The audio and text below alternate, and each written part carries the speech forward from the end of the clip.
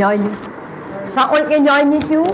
Online offline সকলকেই জয় যিশু বলছি। আজকে 1 মাস পরে আমরা আবার সকলে মিলিত হতে পেরেছি, এই জন্য প্রভুকে ধন্যবাদ দিই যে আমরা এখানে 1 মাস পরে যে আবার মিলিত হতে পারছি, সবাই যে আসতে পেরেছে, যার যা অসুস্থতা, যার যা কিছু উপেক্ষা করেও তারা এখানে অ্যাটেন্ড করতে পারছে, এই জন্য প্রভুকে কোটি কোটি ধন্যবাদ দিই।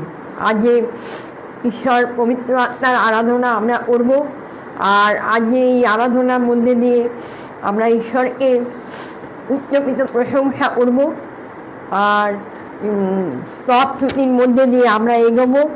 আর আমাদের অনলাইন অফলাইন সকলকে বলছি, যারা আমাদের এখানে যুক্ত হতে পারছেন প্রত্যেককে ঈশ্বর আশীর্বাদ করবেন। আর আমাদের মধ্যে সকলকে এখানে যে কজন আসতে পেরেছে সেই কজনকেই প্রভু আশীর্বাদ করুন। পথের মধ্যে অনেকে আটকে আছে, হয়তো তারা আসছে, তারা আসবে, আমি জানি, বিশ্বাস করি। তো প্রভুর অনুগ্রহতেই আমরা চলছি। প্রভু যে আমাদের অনুগ্রহ করছেন, এই এখন আমাদের চলছে অনুগ্রহের সময়। সেই সময়টা যে আমরা ইউজ করতে পারছি, আমরা যে সকলে একত্রিত হতে পারছি, এই জন্য প্রভুকে কোটি কোটি ধন্যবাদ দিই। Amen, praise the lord. আসুন আমরা একটা প্রার্থনা দিয়ে আরম্ভ করি। ধন্যবাদ প্রভু যিশু, আজকে আমরা সকলে উপস্থিত হতে পেরেছি, এর জন্য প্রভু তোমাকে কোটি কোটি ধন্যবাদ দিই। ধন্যবাদ দিই মসি আঠেরোতে আছেন, যেভাবে আমরা যেন সেই বদ্ধ সর্বকে যদি বদ্ধ করা যায়, সেখানে আমরা বদ্ধ করবো না প্রভু। আর আমাদেরকে বলছেন যে মুক্ত করো, আমরা যেন সকলেই মুক্ত করি। আর সব আগে যেন আমরা পাপ ক্ষমা করি, আগে নিজেদের পাপ ক্ষমা করি, তারপরে আমাদের ভাই বোন প্রত্যেককে ক্ষমা করি। এবং ঈশ্বর আমাদেরকে অধিকার দিয়েছেন ক্ষমা করার এবং তাদেরকে মুক্ত করার, এইটা আমরা যেন করতে পারি, আমাদের অধিকার দিয়েছে, সেই অধিকারে যেন আমরা চলতে পারি। প্রভু আমাদের সঙ্গে আছেন এবং আমাদের প্রত্যেকটা প্রশ্নের উত্তর তিনি দিয়ে থাকেন। আমাদের যেভাবে চালনা করছে আমরা যেন সেইভাবে চলতে পারি, আমরা প্রভুর আজ্ঞা অনুসারে যেন চলতে পারি। আমরা সব সময় তাকে ডাকবো, তাকে স্মরণ করবো এবং তার কাছে যত মিনতি প্রার্থনা আমরা তাকে জানাবো। আমাদের দুঃখ, কষ্ট, বেদনা তিনি সব কিছু জানেন। আমরা সেটা জানতে পারি, যেন জানাতে পারি, যেন তিনি আমাদেরকে প্রত্যেককে আশীর্বাদ করেন এবং তার দুটো বাহু বাড়িয়ে রেখেছেন আমাদেরকে রক্ষা করার জন্য। যা কিছু শয়তানের কার্য হোক, আজ এই মুহূর্তে সেই শয়তানের কার্য নষ্ট হোক এবং আমরা যেন সেই শয়তানের কার্যকে অগ্নিতে নিক্ষেপ করতে পারি। হ্যাঁ পিতা ঈশ্বর, তুমি সেই শক্তি আমাদেরকে দিয়েছো প্রভু। ও পিতা ঈশ্বর, আমরা সেই সব স্মরণ করে চলবো, যেন প্রভু থেকে আমরা যেন অন্য জায়গায় না যাই, আমরা প্রভুর পথ থেকে অন্য জায়গায় যেন না ফিরি। কেননা শয়তান কিন্তু আমাদেরকে চুরি করে নেবে, যেন আমাদের হৃদয়ে চুরি করে নেবে, আমাদেরকে বিনাশ করবে, বধ করবে। সেই জন্য শয়তান সবসময় ফাঁক পেতে রেখেছে, আমরা যেন সেই ভাবে পা না দিয়ে ফেলি। ও পিতা ঈশ্বর, তুমি আমাদেরকে সর্বসময় রক্ষা করো, আমাদেরকে সর্বসময় চালিত করো প্রভু গো। প্রভু তোমার পথে যেন আমরা চলতে পারি, আর সকল সর্বদৃষ্টি যেন তোমার ক্রুশের উপর দিতে পারি, তোমার যে ক্রুশের ভার আমরা যেন নিতে পারি। কেননা তুমি আমাদের সমস্ত পাপের ভার তুমি নিয়ে নিয়েছিলে তোমার ক্রুশের উপর। আর যে যা কিছু রোগ ব্যাধি আমরা যেন তোমার দ্বারাই সুস্থ হয়ে যায়। তুমি বাক্যে বলছো যে গীতসংহিতায় যে আছে, যে তোমার দিশায় 53:5 আছে যে তোমার শত সকল দ্বারা আমরা সুস্থ হব। আমরা হয়ে গেছি প্রভু, আমরা এটা সবসময় যেন মানতে পারি যে তুমি তো পাপের ভার নিয়ে নিয়েছো, কিন্তু আমরা আর আমাদের পাপের ভার তুমি নিচ্ছ, আর আমরা সেটাই বলতে পারি যেন আমাদের তুমি সুস্থ করে দিচ্ছ। হ্যাঁ পিতা ঈশ্বর, এইভাবেই যেন আমরা চলতে পারি। আমাদের সব সময় প্রার্থনা করবো আমরা, তুমি আমাদেরকে সুস্থ করেছো, তুমি আমাদেরকে সুস্থ করছো, তোমার হত সকল দ্বারা আমরা সুস্থ হচ্ছি। Praise the Lord. প্রভু তোমার কাছে প্রার্থনা রাখলাম এবং তুমি প্রার্থনা সর্বশেষ শুনলে এবং উত্তর দিলে। প্রিয় ত্রাণকর্তা প্রভু যিশু তোমার নামে চাই, আমেন আমেন। আসুন আমরা গীত সংহিতা 139 1 থেকে 6 অবধি আমি পাঠ করছি। পাঠের এই আরম্ভ যে, হে সদাপ্রভু, তুমি আমাকে অনুসন্ধান করিয়াছ, আমাকে জ্ঞাত হইয়াছ। তুমি আমার উপবেশন ও আমার উত্থান জানিতেছ। তুমি দূর হইতে আমার সংকল্প বুঝিতেছ। তুমি আমার পথ ও আমার স্বয়ং তদন্ত করিতেছ। আমার সমস্ত পাপ সমস্ত পথ ভালোরূপে জানো, যখন আমার জিহ্বাতে একটি কথাও নাই। দেখো সদাপ্রভু, তুমি এই উহা সমস্তই জানিতেছ।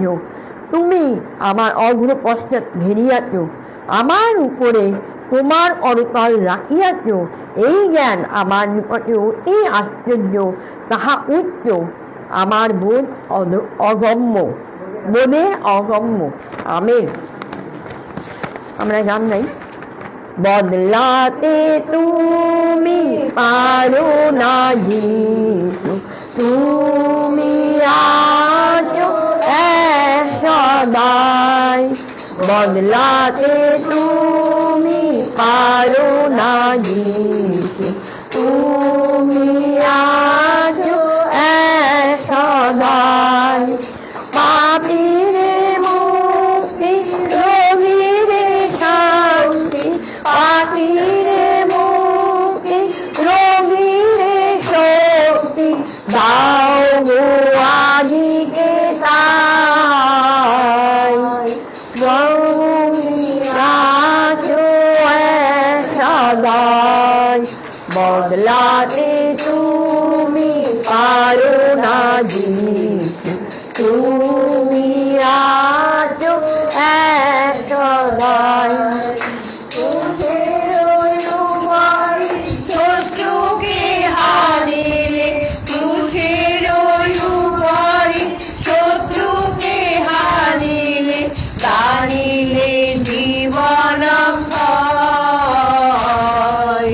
তুমি আছো সদাই, বদলাতে তুমি পারো না যিশু, তুমি আছো সদাই।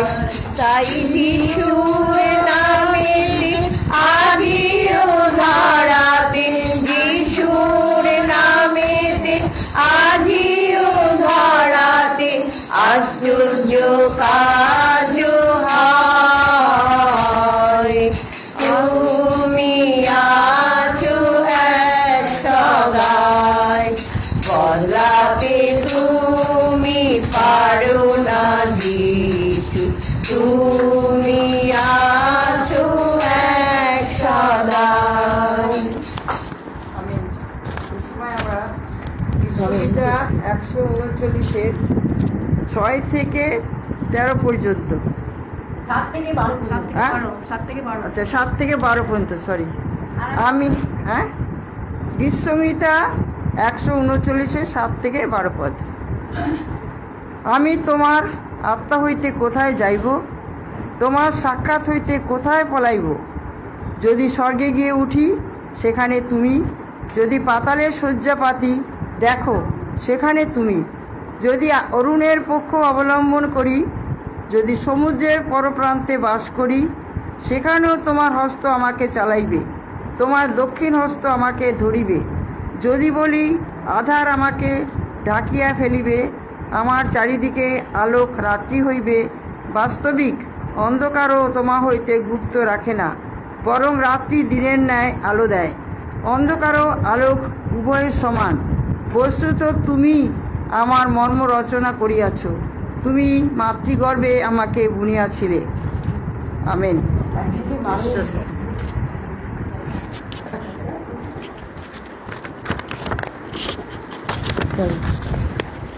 রক্ত দিয়ে যিশু কিনেছেন আমায়, রক্ত দিয়ে যিশু কিনেছেন আমায়। দামি নেই কারো আর, দামি নেই কারো আর, দামি নেই কারো আর, দামি নেই কারো আর। আমি যে তার, আমি যে তার, আমি যে তার, আমি যে তার, আমি যে তার, আমি যে তার। রক্ত দিয়ে যিশু কিনেছেন আমায়। রক্ত দিয়ে যিশু কিনেছেন আমায়। অন্ধকারে চলতে পারে, ভয় হবে না আর। অন্ধকারে চলতে পারে, ভয় হবে না আর। আমি যে তার, আমি যে তার, আমি যে তার, আমি যে তার, আমি যে তার, আমি যে তার। রক্ত দিয়ে যিশু কিনেছেন আমায়। রক্ত দিয়ে যিশু কিনেছেন আমায়।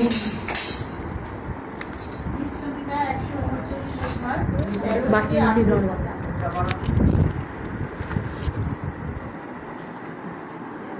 13 থেকে 18 পদ। বস্তুত তুমি আমার মর্ম রচনা করিয়াছ, তুমি মাতৃগর্ভে আমাকে বুনিয়াছিলে। আমি তোমার স্তব করিব, কেননা আমি ভয়স্বরূপ রূপে আশ্চর্য রূপে নির্মিত। তোমার কর্ম সকল আশ্চর্য, তাহা আমার প্রাণ বিচক্ষণ জানে, নিরক্ষণ জানে। আমার দেহ তোমা হইতে লুকায়িত ছিল না, যখন আমি গোপনে নির্মিত হইতেছিলাম, পৃথিবী অধ্যস্থানে শিল্পিত হইতেছিলাম। তোমার চক্ষু আমাকে পিত্তকার দেখিয়াছে, পিণ্ডকার দেখিয়াছে। তোমার পুস্তকে সমস্তই লিখিত ছিল, যাহা দিন দিন গঠিত হইতেছিল, যখন সেই সকলের একটিও ছিল না। হে ঈশ্বর, আমার পক্ষে তোমার সংকল্প সকল কেমন মূল্যবান, তাহার সমষ্টি কেমন অধিক। গণনা করিলে তাহা বালুকা অপেক্ষা বহু সংখ্যক হয়। আমি যখন জাগিয়া উঠি, তখনও তোমার নিকটে থাকি। এখানেই পাঠের সমাপ্তি। ঈশ্বরের ধন্যবাদ হোক। আমেন।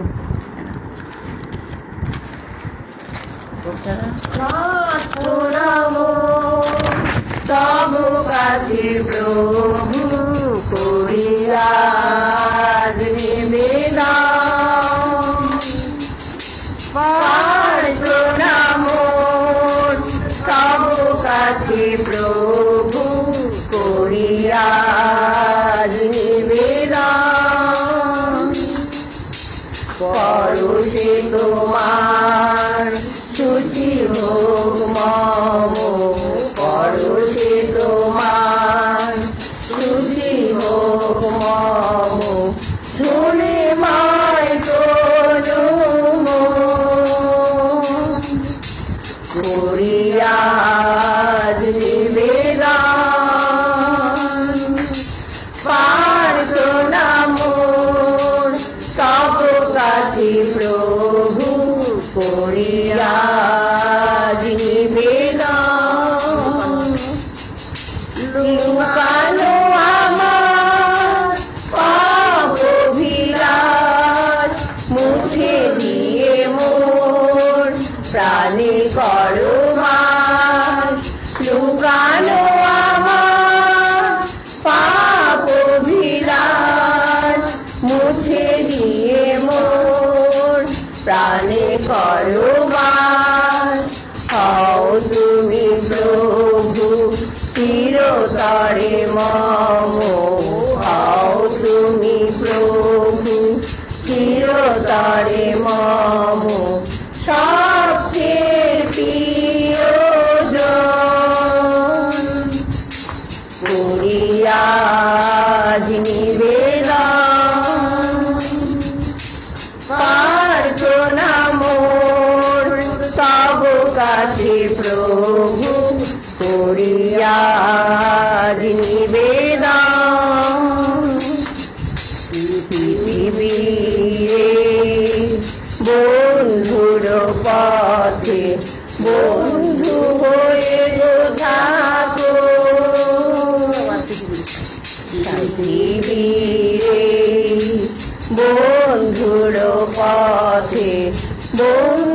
হয়ে গো থাকো,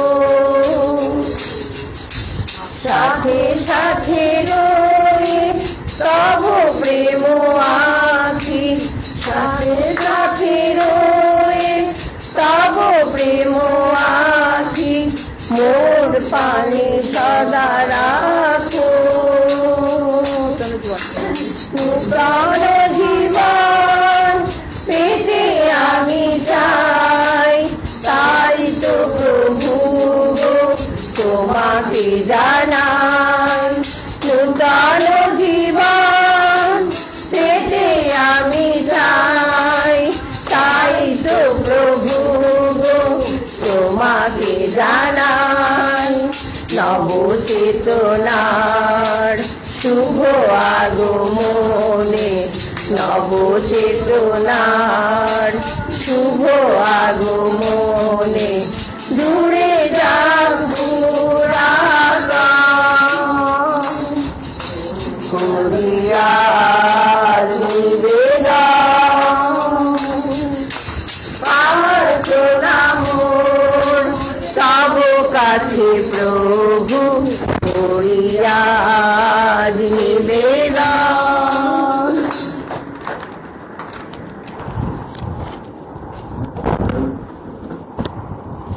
গীত সংগীতা 139-এর গীত, 18 থেকে 24 পদ।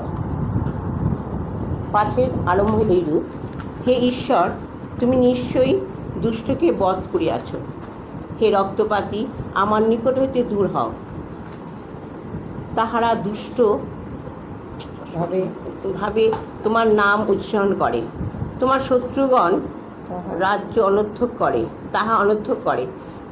হে সদাপ্রভু, যাহা আমাকে দেশ করে, আমি কি তাহাদিওকে দেশ করি না?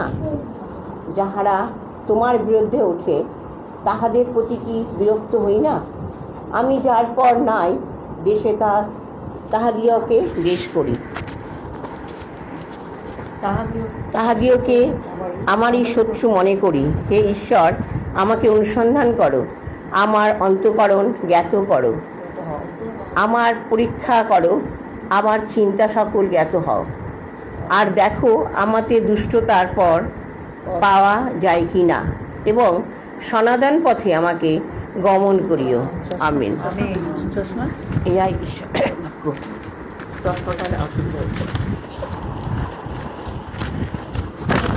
চিতু ইচ্ছা না তোমারে, তুমি তো কুমোর আমি মাটি, গঠো আমারে তব নকশায়, আজি অপেক্ষায় না তো আবার সিদ্ধ গিচা না তোমারি, তুমি তো কুমোর আমি মাটি, গঠো আমারি তব নকশায়, আজি অপেক্ষায় না তো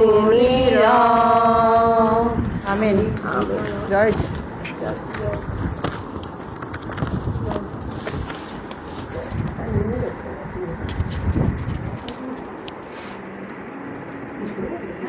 প্রেজ দ্য লর্ড। সবাইকে ধন্যবাদ প্রভু। আজ এখানে সকলে উপস্থিত হতে পেরেছি। আমরা যে কজনই পেরেছি, যে কজনই আসতে পেরেছি, আমরা সবসময় প্রভুর দিকে তাকাবো এবং প্রার্থনা করব যে প্রভু আমাদেরকে শক্তি দিয়েছে আসার জন্য। প্রভু আমাদেরকে নিয়ে এসেছেন, আমরা কিন্তু নিজের ইচ্ছাতে আসিনি, প্রভু মনোনীত করেছেন, তবেই আমরা এখানে আসতে পেরেছি। প্রভু মনোনীত না করলে এখানে কিন্তু আমরা আসতে পারতাম না। তো প্রভু আমাদেরকে ডেকেছেন, আমরা তার ডাকে আহ্বানে আমরা এখানে এসেছি। Praise the lord. প্রভুকে ধন্যবাদ করি। এখন আমাদের সাক্ষ্য দেওয়ার সময়, যার যা সাক্ষ্য আছে আপনারা আসুন, এক এক করে এসে সাক্ষ্যটা দিন। সাক্ষ্য দিলে একজন থেকে আরেকজন শুনবে এবং তাদের ভেতরেও ঈশ্বরের কাজ আরম্ভ হবে। সাক্ষ্যটা আমাদের দেওয়া খুব প্রয়োজন। আমিন। Praise the Lord. বন্ধুরা আপনি কি আগে আসবেন? আসুন বলুন। প্রভুকে কোটি কোটি ধন্যবাদ। আগস্টের সেপ্টেম্বরে না আগস্টের, আমার গিন্নি আর আমি দুজনে মিলে যাচ্ছিলাম। যেতে যেতে আমার গিন্নি হঠাৎ বাঁ পাটা স্লিপ খেয়ে ডান পাটা কুটিয়ে গেল, তা পড়ে গেল। আমি কিন্তু আগে চলে গেছি, কিন্তু উঠে আমাকে ডাকছে, আমি তো ওকে ধরে নিয়ে আসতে পারছি না। যাই হোক, প্রভু সেখানে আমাদের সঙ্গে ছিলেন। প্রভুকে কোটি কোটি ধন্যবাদ যে ওর পাটা ভাঙিনি।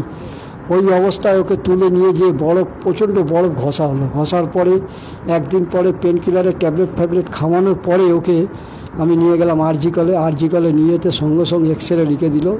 এক্সরে রিপোর্ট করে আমি সেদিনকে আর দেখাতে পারলাম না, তার 2-3 দিন পরে নিয়ে গিয়ে আমি ওকে এক্সরে রিপোর্ট দেখালাম। এক্সরে রিপোর্টে প্রভুকে আমি দেখে যাচ্ছিলাম যে প্রভু আর যাই হোক যাতে না ভাঙে, কিন্তু ভাঙেনি। প্রভুকে কোটি কোটি ধন্যবাদ। অনেক অনেক আসুন, আজকে সাক্ষ্য দেবে। সাক্ষ্যটা দিন, মুখটা খুলে সাক্ষ্য দিন। না দিলে ঈশ্বরের কাছে ঈশ্বর শুনছেন, প্রভু যিশু শুনছেন আমাদের সাক্ষ্য। ঈশ্বরকে ধন্যবাদ দিই, বলে বলুন। ঈশ্বরকে ধন্যবাদ দিই, ঈশ্বরের ধন্যবাদ হোক প্রভু যিশুর নামে। তা আমার কদিন আগে শুঁয়োপোকা, অনেকটা বড় শুঁয়োপোকা, সে এত জোরে আলটা লেগেছে, তা আমি ভয় পেয়ে গেছি যে এত বড় শুঁয়োপোকা। সবাই বলে যে শুঁয়োপোকার আল লাগলে ঘা হয়ে যায়, অনেকটা মারাত্মক কিছু হয়ে যায়। আর আমি বুঝি না যে কি দেব সেই মুহূর্তে। তা আমার মেদিনীপুরে আমার বৌদি ছিল, তাকে জিজ্ঞাসা করলাম যে বৌদি কি দেব? তখন বৌদি বলছে ওই চুন টুন কিছু দিয়ে দাও, তাহলে ঠিক হয়ে যাবে এখানে। কিন্তু চুন দিয়েছি, কিন্তু এতটা অনেকটা বড় শুঁয়োপোকা তো অনেকটা আল লেগেছে, তা আমি যন্ত্রণায় থাকতে পারছি না। তখন ঈশ্বর আমার মনে দিয়েছিল সেই মুহূর্তটা আমি নুন লাগিয়ে দিয়েছিলাম, তার নুন দিয়ে ডলে দিয়েছিলাম। তা তখন একটু বুঝতে পারছি না। তারপরে কাজের বউটা এসেছিল, সে চলে যাওয়ার পরে আমি তখন রান্না করছি, আর থাকতে পারছি না। বলছি না, চানটা করে নিই। এবার চান করতে গেছি, তারপরে দেখে আর কিছু বুঝতে পারছি না, কিন্তু পরে দেখছি খুব চুলকাচ্ছে জায়গাটা, আর খুব কাটা লাগছে অনেকটা। তো তার কি করবো? এবার প্রভুকে আমি ভাত দিয়েছি যে প্রভু আমার যখন যা কিছু হয় তুমি আমাকে সুন্দর করো, আর তুমি আমার ডাক্তারবাবু আছো, আমার বিশ্বাস আমি ডাক্তারের কাছে যাবো না, কিন্তু ওই আল যে কী করে তুমি সুন্দর করবে তুমি জানো, কিন্তু তুমি সুন্দর করবে।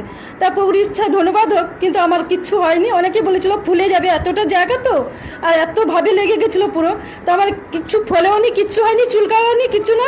তা কাজল দিভাই বলছিল যে তুমি এই পাতা আছে, ডুমুর পাতা আছে, ওই দিয়ে ডলা দেবে। তা ওইটা ডলা দিয়েছে, তা ঈশ্বর ধন্যবাদ হোক, খুব সুন্দর হয়ে গেছে। আমার ওষুধও খেতে হয়নি, ডাক্তারের কাছে যেতে হয়নি, কিছু হয়নি, ঈশ্বর ধন্যবাদ হোক। তাই কালকে দুপুরবেলা রান্না করেছিলাম, আর একটু শাক আছে, দুপুরবেলা রান্না করেছি, কিন্তু তরকারিটা আগে রান্না করে নিয়েছি। কিন্তু আমি প্রথমে ভাত বসিয়ে দিই, কিন্তু কালকে আমার ভাতটা করা হয়নি। এবার আমার হাজব্যান্ড দুপুরবেলা 2টোর সময় খেতে চলে এসছে। তা ওই সময়টা খুব রাগি উনি। তা আমি বলছি যে তখন আমি ভাত অলরেডি বাড়তে চলে গেছি থালা নিয়ে। তখন ভাতের ধারে গেছি, তা আমি তখন খেয়াল আসছে যে আমি তো ভাত করিনি। এবার উনি তো খুবই রাগি, মানে প্রচণ্ড রাগি, ভাবাই মুশকিলের কথা যে ঈশ্বরের ধন্যবাদ, ঈশ্বরের দরজায় আছি বলে, চরণে আছে বলে, যে কালকের দিনটার জন্য আমি খুব সুন্দর বেঁচে গেছি, ঈশ্বর আমাকে রক্ষা করেছে। উনি তখন বসে বলছে কি, ঠিক আছে কোনো ব্যাপার নেই, তুমি ভুলে গেছো, তাই ঠিক আছে ভাতটা হোক, তুমি বসিয়ে দাও।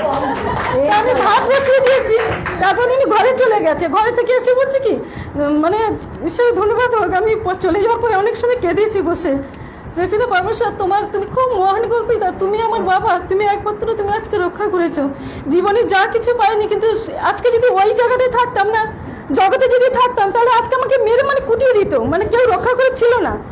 কিন্তু ঈশ্বর আমাকে রক্ষা করেছে। ওই ঘর থেকে ঘুরে এসে আমাকে বলছে, ঠিক আছে তুমি আমার জন্য 4টি রুটি বানিয়ে দাও, আমি তরকারি দিয়ে খেয়ে নেবো, ভাত হতে তো তোমার দেরি আছে, তুমি 4টি আমাকে রুটি করে দাও। তো আমি 4টি রুটি করে দিলাম, তরকারি দিয়ে খেয়ে বেরিয়ে গেল। আমি তখন বসে বসে হাওমা করে কাঁদছি, আর বলছি তো তোমার ধন্যবাদ হোক যে তুমি আমাকে এতটাই মহান, তুমি যে আমাকে রক্ষা করেছে, কেন তুমি ছাড়া আমার কেউ নেই। কিন্তু যখনই পল্লাশ হয়েছিল একবার আমার এইখানে, সবার কাছে শুনেছি এই হলে পরে খুব ঘাড় ঘুরাতে পারে না। তাও স্বামীকে বলেছিলাম, আমার মেয়ে ডাক্তারের কাছে নিয়ে গেছিলো, তা সেখানে 5টা ওষুধ দিয়েছিল। তা আমার স্বামী বলছে দিয়ে আমাকে ভ্যাকসিন দিয়ে আমি ওষুধ নিয়ে আসবো। তা সে ওষুধ আনতে গিয়ে 3টে ওষুধ নিয়ে আসেনি। তা যার দোকানে গেছে বলছে কাকু এটা লাগবে এই 3টে ওষুধ, বলছে না ও বাড়িতে আছে। তা মেয়ে তখন এসে বলছে কি বাবা তুমি 3টে ওষুধ নিয়ে আসো নি, এ তো লাগবেই। তখন মেয়ে আর কিছু বলেনি, আমিও কিছু বলিনি। আমি কাঁদছি আর বলছি কি পিতা তুমি জানো তুমি ডাক্তার আছো, তুমি আমার বাবা আছো, কিন্তু আমার তো ওষুধ লাগবে, তুমি আমাকে সুন্দর করবে। তা খুব ছটপট হয়েছিল সপ্তাহখানি ধরে, আর সবাই ভয় দিয়েছিল, কিন্তু পিতাশ্রীর ধন্যবাদ হোক আমার 3টে ওষুধে সুন্দর হয়ে গেছে। আর যারা শুনেছে তারাই বলছে, কি বলছো, তোমার মাথা ঘোরায়নি, তুমি পড়োনি, তোমার বমি হয়নি, তুমি অসুখে হয়নি, তোমার সেরে গেছে। আমি বলছি কি হ্যাঁ, মহান ঈশ্বরের ধন্যবাদ হোক, আমি ঈশ্বরের কাজে আছি, তো তার জন্য আমার প্রভু যিশু আমাকে সুন্দর করেছে। এই আমার এই টেস্টিমনি থেকে আমরা কি হচ্ছে, আমরা নতুন করে বৃদ্ধি পাচ্ছি, যে আমাদের এক একজন যে টেস্টিমনি দেবে সেই থেকে আমরা কিন্তু বাড়বো, আমরা এক একজন এক একটা শুনে বাড়বো, মুখ খুলে ধন্যবাদ দেওয়াটা খুব প্রয়োজন।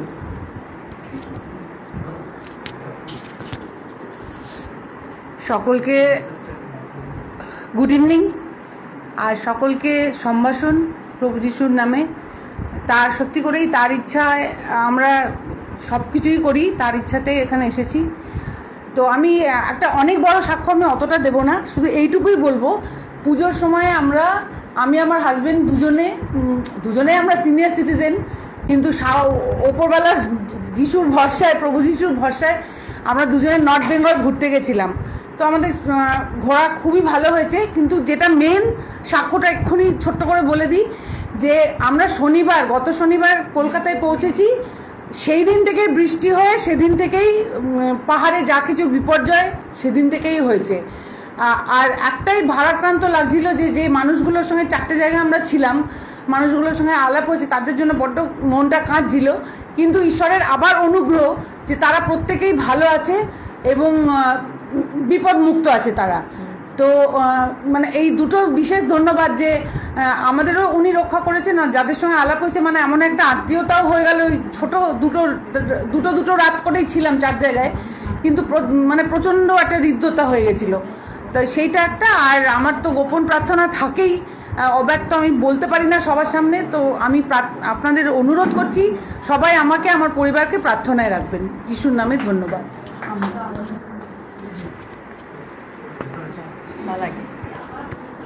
সবাইকে ধন্যবাদ, ঈশ্বরের ধন্যবাদ হোক। এই পুজোর মধ্যে ওই অষ্টমীর দিন ভাই এক জায়গায় কাজ করে, তার মালিক মারা গেছেন। তা সকলেই ভেঙে পড়েছিলাম যে কি করে কি হবে, আমাদের আর্থিক অবস্থা খুব একটা ভালো হোক। ঈশ্বরের কাছে প্রার্থনা করেছিলাম, ঈশ্বরের জয় হোক। সেদিনকেই ভাই পয়সা পেয়ে গেছিল। এই বলে আমার বক্তব্য শেষ করলাম।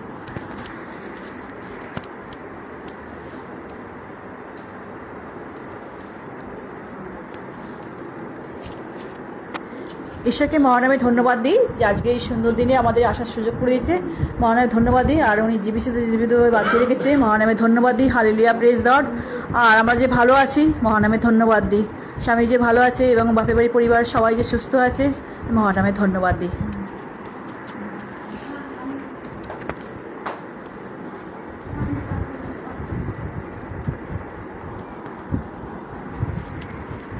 আমি মহান ঈশ্বরের ধন্যবাদ দিই রাত্রে, তিনি আমাদেরকে এই জীবিত দেশে বাঁচিয়ে রেখেছেন, নাসারন্ধ্রের বায়ুকে নিয়ন্ত্রণে রেখেছেন, আকাশ বাতাস সুন্দর করেছে। কালকেও যা পরিস্থিতি ছিল, সাংঘাতিক ছিল, আমরা সকলেই জানি।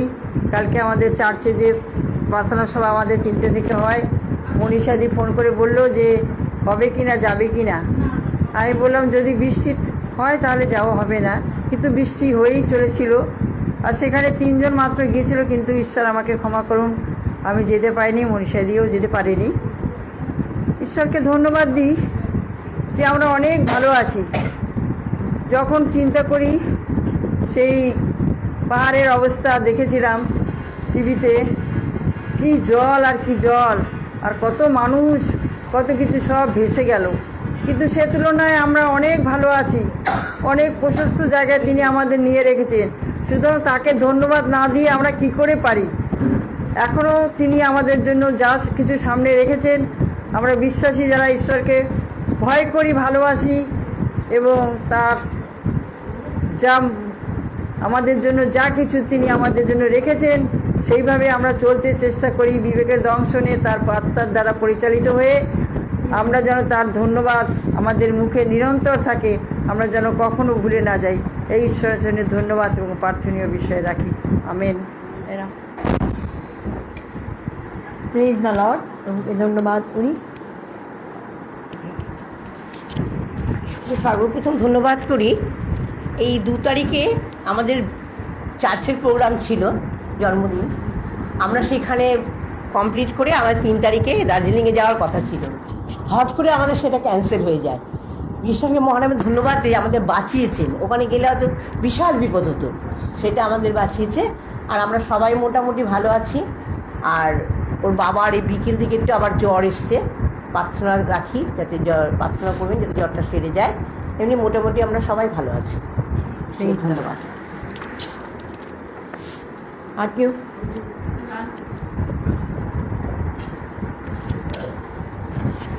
জয় যিশু সবাইকে, ঈশ্বরের ধন্যবাদ হোক।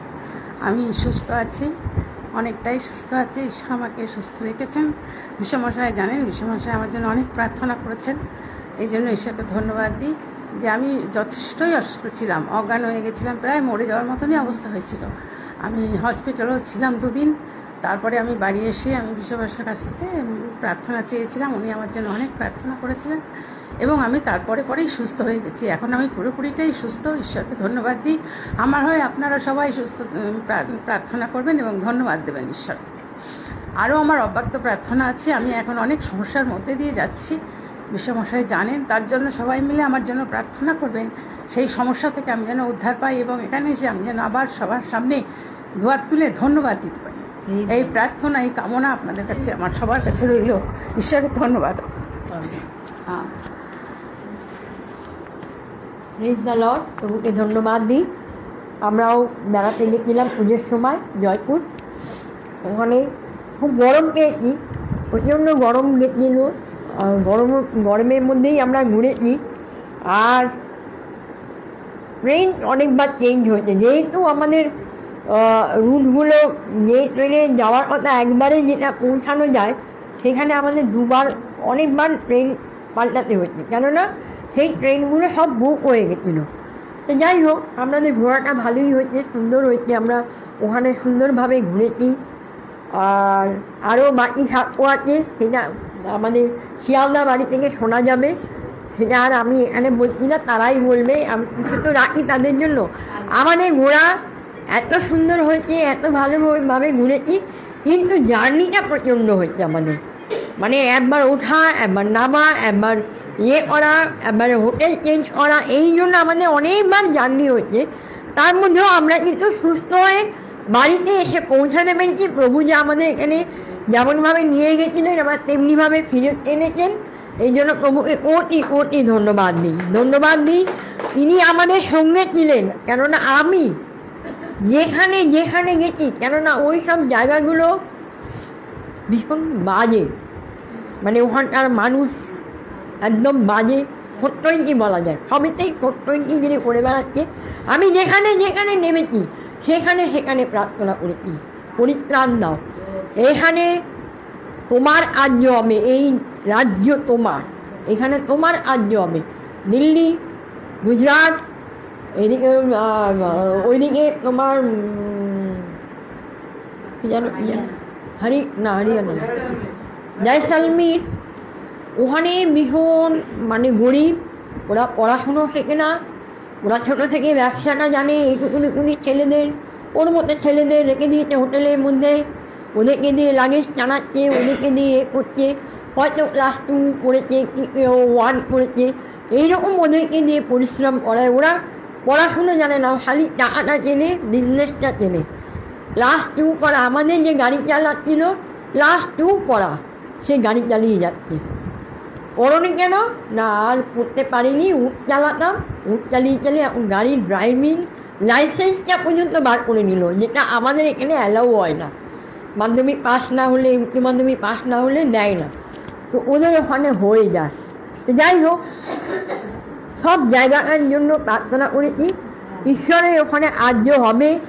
কেননা এটা আমি শুনেছি, এটা ওখানে একটা আইন ধার্য করা হয়েছে, নাম বলা যাবে না, আইন ধার্য করা হয়েছে, যে পাস্টার বা যে চার্চ থেকে হিন্দুকে খ্রিস্টান করা হবে, সেখানে সেই পাস্টারের ধার্য হচ্ছে 50 লাখ টাকা। 50 লাখ টাকা তাকে দিতে হবে, এবং চার্চ ভবিষ্যতে হয়তো ভাঙচুরও হয়ে যেতে পারে, চার্চে ওরা হামলা চালাবে। সেইভাবে তারা একদম ঘুটিয়ে গেছে। সেখানে ঈশ্বরের আর্য হওয়ার খুব প্রয়োজন, কেননা ওখানে সব ভীষণ মূর্তি পুজো হয়। আমি সেই মূর্তি পুজোকে আমি বলেছি এইখানে ডিস্ট্রয়েড হবে, তোমার রাজ্য এখানে বিস্তার হবে। এখানে যারা আছে, যারা ভেতরে ভেতরে ফেলোশিপ করছে, তারা যেন জাগে। তারা এখন ভয়ে ঘুটিয়ে গেছে, কেননা আমাদের এখানে অনেক অত্যাচার সবাই দেখতে পাচ্ছে, কেন আমরা যদি দেখতে পাই তারাও দেখতে পাচ্ছে।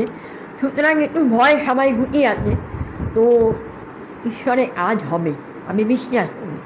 ঈশ্বর সেখানে প্রস্তুত থাকবেন এবং এমন এমন লোককে সেখানে পাঠাবেন যারা প্রচার করবেন ওইখানে। তাদেরকে কেউ কিছু করতে পারবে না, এই প্রার্থনা আমি করে এসেছি এবং এটা আমাদের অধিকার দিয়েছেন। এখন টাইম এসেছে আমাদের যুদ্ধসজ্জা করার। আমরা ইফিসিয়ান বাইবেল খুলবেন, ইফিসিয়ান 6 অধ্যায় পাঠ করবেন। কীভাবে যুদ্ধসজ্জা আমরা করব সেইভাবে আমাদেরকে তৈরি হতে হবে, কেননা আমরাও কিন্তু বাঁচব না, আমাদের উপরেও এই কোপ আসবে। এটা মনে রেখে নিজেদেরকে তৈরি করুন।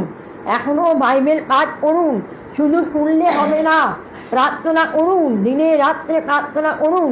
খালি শুনলে হবে না, বাইবেলের বাক্যকে খান, ভেতরে গ্রহণ করুন এবং আওড়ান সারাদিন। যার যা প্রবলেম, তোমার যা প্রবলেম, প্রভু যিশুকে সারাদিন বলতে থাকো, প্রভু তুমি আমাকে সুস্থ করো, তুমি আমাকে তোমার হত সকল, প্রভু আমাদের পাপ গ্রহণ করে নিয়েছেন, তোমার হত দ্বারা আমাকে সুস্থ করো এবং ধন্যবাদ দিন।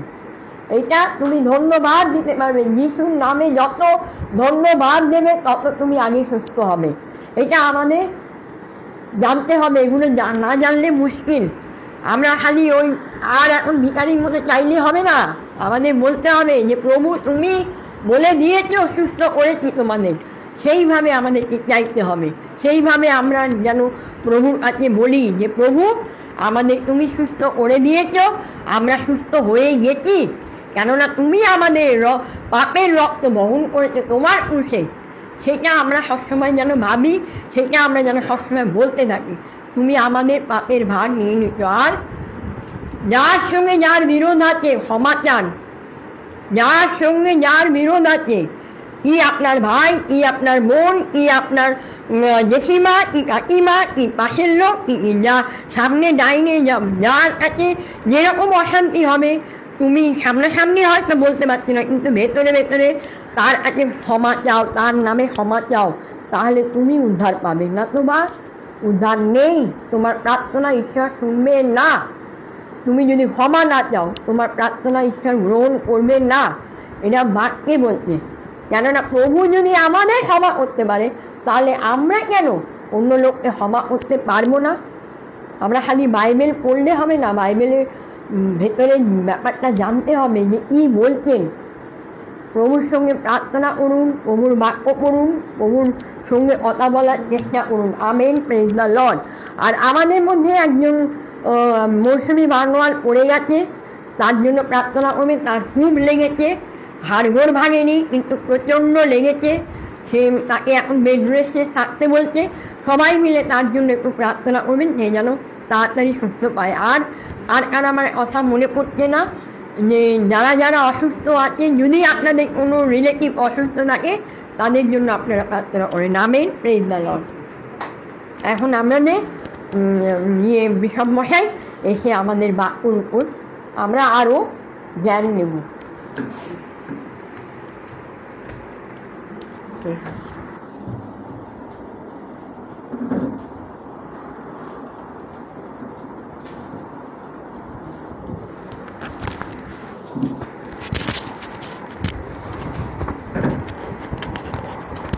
সকলকে জয় যিশু, সকলকে জয় যিশু। প্রভু যিশুর নামে ধন্যবাদ করি যে ঈশ্বর আমাদের আবার একটা দিন, বিশেষ করে এই দমদম ক্যান্টনমেন্টে এই হাউস ফেলোশিপ আর সিস্টার মনীষার বাড়িতে আমরা সবাই একত্র হয়েছি। একটা মাস আমাদের জীবনে অনেক কিছু ঝড় তুফান, অনেক কিছু মানে আপস অ্যান্ড ডাউন গেছে, কিন্তু ঈশ্বর আমাদেরকে পরিত্যক্ত করেনি, তাই তো? ঈশ্বর আমাদের হাত ছেড়ে দেননি। আমরা হয়তো ঈশ্বরের হাত ছেড়ে দিয়েছি, কিন্তু ঈশ্বর আমাদের হাত ছাড়েন না। ঈশ্বরের মহানামে ধন্যবাদ করি। আর ধন্যবাদ দিই বিশেষ করে আজকে এই ছোট্ট ফেলোশিপ আমাদের মধ্যে যে নতুন সিস্টার এসছে, আমরা জোরে হাততালি দিয়ে স্বাগত জানাই, ওয়েলকাম। আর এখানে আসার জন্য অনেক অনেক অনেক অনেক ধন্যবাদ। ঈশ্বর আপনাকে আশীর্বাদ করুন এবং আপনার যে সাক্ষ্য সত্যি ধার্মিকদের বিনতি প্রার্থনা মহা কার্যযুক্ত। হালেলুয়া। আর প্রভু যিশুর নামে ধন্যবাদ করি। সিস্টারের জীবনে আমরা প্রার্থনা শুনছিলাম, আর এক সিস্টারের বোনেরও আমরা প্রার্থনা শুনছিলাম যে সত্যি ঈশ্বর প্রার্থনা শোনেন। আর ঈশ্বরকে ধন্যবাদ দিই। বিশেষ করে আমাদের সামনে আগামীকাল আমাদের শিয়ালদা আমাদের ব্রাদার রতীন্দ্রনাথ মুখার্জির বাড়িতে আমাদের যে চার্চ ফেলোশিপ হয়, আর সবাই প্রার্থনা করবেন যদি কেউ আসতে চান। আর শিয়ালদা অলরেডি মেসেজ আপনাদের চলে গেছে, আপনারা যারা আসতে চান সকাল 9:30 থেকে পৌনে 12টা পর্যন্ত উপাসনা হয়। আর সাথে কালকে প্রভু ভোজের গির্জা আছে, যারা আসতে চান অবশ্যই আসতে পারেন, কিন্তু শিয়ালদা প্রাচী সিনেমার পেছনে 9 নম্বর ফটাইস লেন ইস্ট লাইব্রেরির সামনে। তো যারা আছেন আপনারা অবশ্যই আসবেন। আর মনে রাখবেন আগামী 18 তারিখ আমাদের পেছনে যে সিস্টার বসে আছে সিস্টার তন্দ্রা মল্লিক, অর্থাৎ বাবিয়াটিতে, যাদের বাড়ি বাবিয়াটি আছে আর তারাও আসতে পারেন বিকেল 5টা থেকে 7টা। আমরা যারা আছি আমরা সেখানে বাবিয়াটিতে। 19 তারিখে আমাদের উপবাস প্রার্থনা আছে সানডে কামারহাটিতে, যারা আসতে চান ব্রাদার খোকন বৈদ্য, আমরা যারা দমদমে থাকে, এই দমদম যারা ডাল্লপের দিকে থাকে কামারহাটি, 19 তারিখে আপনারা প্রার্থনা করবেন আর যাতে সেখানে প্রভুর মহিমা কীর্তন হয়। এবং আপনারা অলরেডি অনেকগুলো প্রোগ্রাম দেখেছেন, প্রার্থনা রাখবেন। বিশেষ করে প্রার্থনা করবেন আমাদের ভাই দেবাশিস দাসের জন্য। আর তার পোস্টেড অপারেশন হয়েছে, আর ড্রেসিং চলছে, পুরো এখন বেড রিডিং, আর তার জন্য প্রার্থনা করবেন। আমি সকালে আজকে কথা বলছিলাম যে এখনও অফিসে জয়েন করতে পারিনি, আর তার চলছে আন্ডার ট্রিটমেন্টে আছে। দেবাশিসের জন্য প্রার্থনা করবেন যাতে প্রভু তার জীবনে অলৌকিক কাজ করেন। আমরা শুনলাম আমাদের গ্রুপেও ওরা পাঠিয়েছি সিস্টার মৌসুমীর জন্য, আপনারা সবাই প্রার্থনা করছেন। বিশেষ করে প্রার্থনা করবে সিস্টার রোসলিন দত্ত, আর তারও তার ইসিজি এবং অনেকগুলো পরীক্ষা হয়েছে। কালকে যতটুকু সম্ভব আমরা শুনছিলাম যে রিপোর্টগুলো সব নর্মাল। আর ঈশ্বরের মহানামে ধন্যবাদ করি, যাতে আমাদের সিস্টার রোসলিনের জন্য প্রার্থনা করবেন। এবং অনেকজন আছে অসুস্থ আছেন, বিশেষ করে প্রত্যেকটা মুহূর্ত তাদের জন্য আমরা প্রার্থনা করবেন। এবং বিশেষ করে ধন্যবাদ দিই আপনারা প্রার্থনা করেছিলেন। আমরা দুটো প্রোগ্রাম আমরা এই পুজোর ভোকেশনে আমরা করতে পেরেছি। আমরা বিশেষ করে 4 তারিখে আমরা 20 জন দুস্থ বিধবা মহিলাকে আমরা শাড়ি প্রদান করতে পেরেছি, আপনারা সেটাও দেখেছেন। এবং আমরা বিশেষ করে 4 তারিখে আমরা 2 তারিখে কাপড়দান, আর 4 তারিখে আমরা কাঁথিতেও আমাদের রিভাইভাল মিটিং হয়েছে। আর সেটাও আপনারা বিশেষ করে আপনারা প্রার্থনা করেছেন। আমরা বিশ্বাস করি যে 4 তারিখও খুব সুন্দর রিভাইভাল মিটিং হয়েছে। আগামী 16 এবং 17 তারিখে আমাদের রিভাইভাল মিটিং আছে মেদিনীপুর সিপাহী বাজারে। আর সেখানে 2 দিনের মিটিং, কেন সেখানে 1000 থেকে 2000 লোকের গ্যাদারিং আছে। আর বিশেষ করে যে স্কুল বাড়িটা আমরা চিন্তা ভাবনা করেছিলাম, এখন যে হেডমাস্টার সে একটু ঘুরে বসেছে যে স্কুল দেবো না, যেহেতু ছুটি, কিন্তু আমরা প্রার্থনা রাখবেন যাতে সেই জায়গাটা আমরা পেয়ে যাই, যাতে অনেকজন যারা বাইরে থেকে আসবে তারা যেন সেই স্কুল বাড়িতে থাকতে পারে, তার জন্য আমরা প্রার্থনা রাখবেন। আর বিশেষ করে আর অবশ্যই প্রার্থনা করবেন 20 তারিখে 20 নভেম্বর। আপনাদের অলরেডি মেসেজ ছেড়েছি, কিন্তু বাংলাটা ঠিক করেছি, ইংলিশটা আমি কারেকশান করিনি, ফেসবুকে আমি কারেকশান করে দিয়েছি। যাতে প্রার্থনা করবেন 20 নভেম্বর। এখনও পর্যন্ত কোন স্পিকার আসবে আমরা ভেবেছিলাম যে দয়ানিধি রাও আসার কথা ছিল, কিন্তু তার একটা আর্জেন্ট মিটিংয়ে হওয়ার জন্য দয়ানিধি রাও আসতে পারছে না। আমি জানি না এখন কোন স্পিকার আসবে, আপনারা প্রার্থনা রাখবেন। প্রভু যদি চান, আর যদি প্রভু যদি বলেন না আমাদের যেই বল আছে ওই বলেই গমন করা, তো আমরা তো সবাই আছি লিডার, তাই না? সবাই লিডার তো, ইয়েস অর নো? সবাই লিডার আমরা তো, সবাই লিডার। কারণ ঈশ্বরের বাক্য আমরা যখন প্রভুর নামে আমরা বলি না, is not my power, not by mind, not by power, spirit of the lord, অর্থাৎ প্রভুর শক্তি নিয়ে আমরা দাঁড়াবো। আর তাই প্রভু যিশুর নামের ধন্যবাদ করি। হয়তো যদি না স্পিকার আসে তাহলে আপনাদের অনেক সুযোগ, সেখানে আমরা কিছু অ্যাক্টিভিটিও করতে পারি, অনেক কিছু এনজয়। আর যারা যারা রিভাইভাল মিটিং গেছেন, ভালো লেগেছে কিনা যারা গেছেন? হ্যাঁ, ভালো লেগেছে কি আপনাদের? হ্যাঁ, তো আপনারা প্রার্থনা রাখবেন যাতে করবেন। আর বিশেষ করে 26 তারিখ, 26শে ডিসেম্বর, আগে থেকে বলে রাখছি, অলরেডি পেন্সিল বুক করেছি আমি, মানে রামমোহন হল, 26শে ডিসেম্বর আমাদের যেটা মেগা ক্রিসমাস প্রোগ্রাম। মেগা বলতে বড় মঞ্চ, আর সেখানে আমরা প্রার্থনা করবেন। আর সেখানে অনেক অর্থেরও প্রয়োজন আছে। যেহেতু আমরা ফেথ মিনিস্ট্রি করি না, আমরা পয়সা মানে ওই করি না যে পয়সা দাও আমাদের, আমরা বলি না। কিন্তু আমি জানি, আমি যদি পর্বতগণের দিকে চক্ষু তুলি, সাহায্য সদাপ্রভু হইতে আসে। তো ঈশ্বর জয়ী হওয়া যিনি, প্রার্থনা করবেন যাতে 26শে ডিসেম্বর প্রভু যেন অলৌকিক কাজ করেন। সকলে ভালো থাকুন। আসুন আমরা একটা বাক্য আমরা দেখব, যেই বাক্যটা আমরা বিশেষ করে পাবো সাম 37। আমরা খুলব যে ঈশ্বরের বাক্য, আমরা গীতসংহিতা 37-এর আমরা খুলি, যেখানে খুব সুন্দর একটা কথা আর যেটা আমরা পড়তে পারি। আমরা পড়ব সাম 37 ভার্স 24 to 25। দেখুন সেখানে কি বলছে, আমরা পড়ি।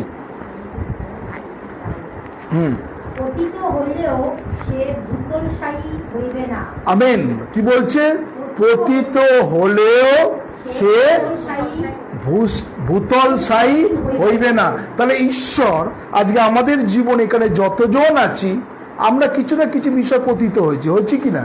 হ্যাঁ, সমস্যা হোক, পারিবারিক অশান্তি হোক, ফ্যামিলিগত অপস্থিতি হোক, অফিসগত হোক, কিন্তু ঈশ্বরের বাক্য বলছে যে আমি পতিত হলেও ভূতল সই হইনি, অর্থাৎ মাটির সঙ্গে মিশে যায়নি। তারপরে কি বলছে?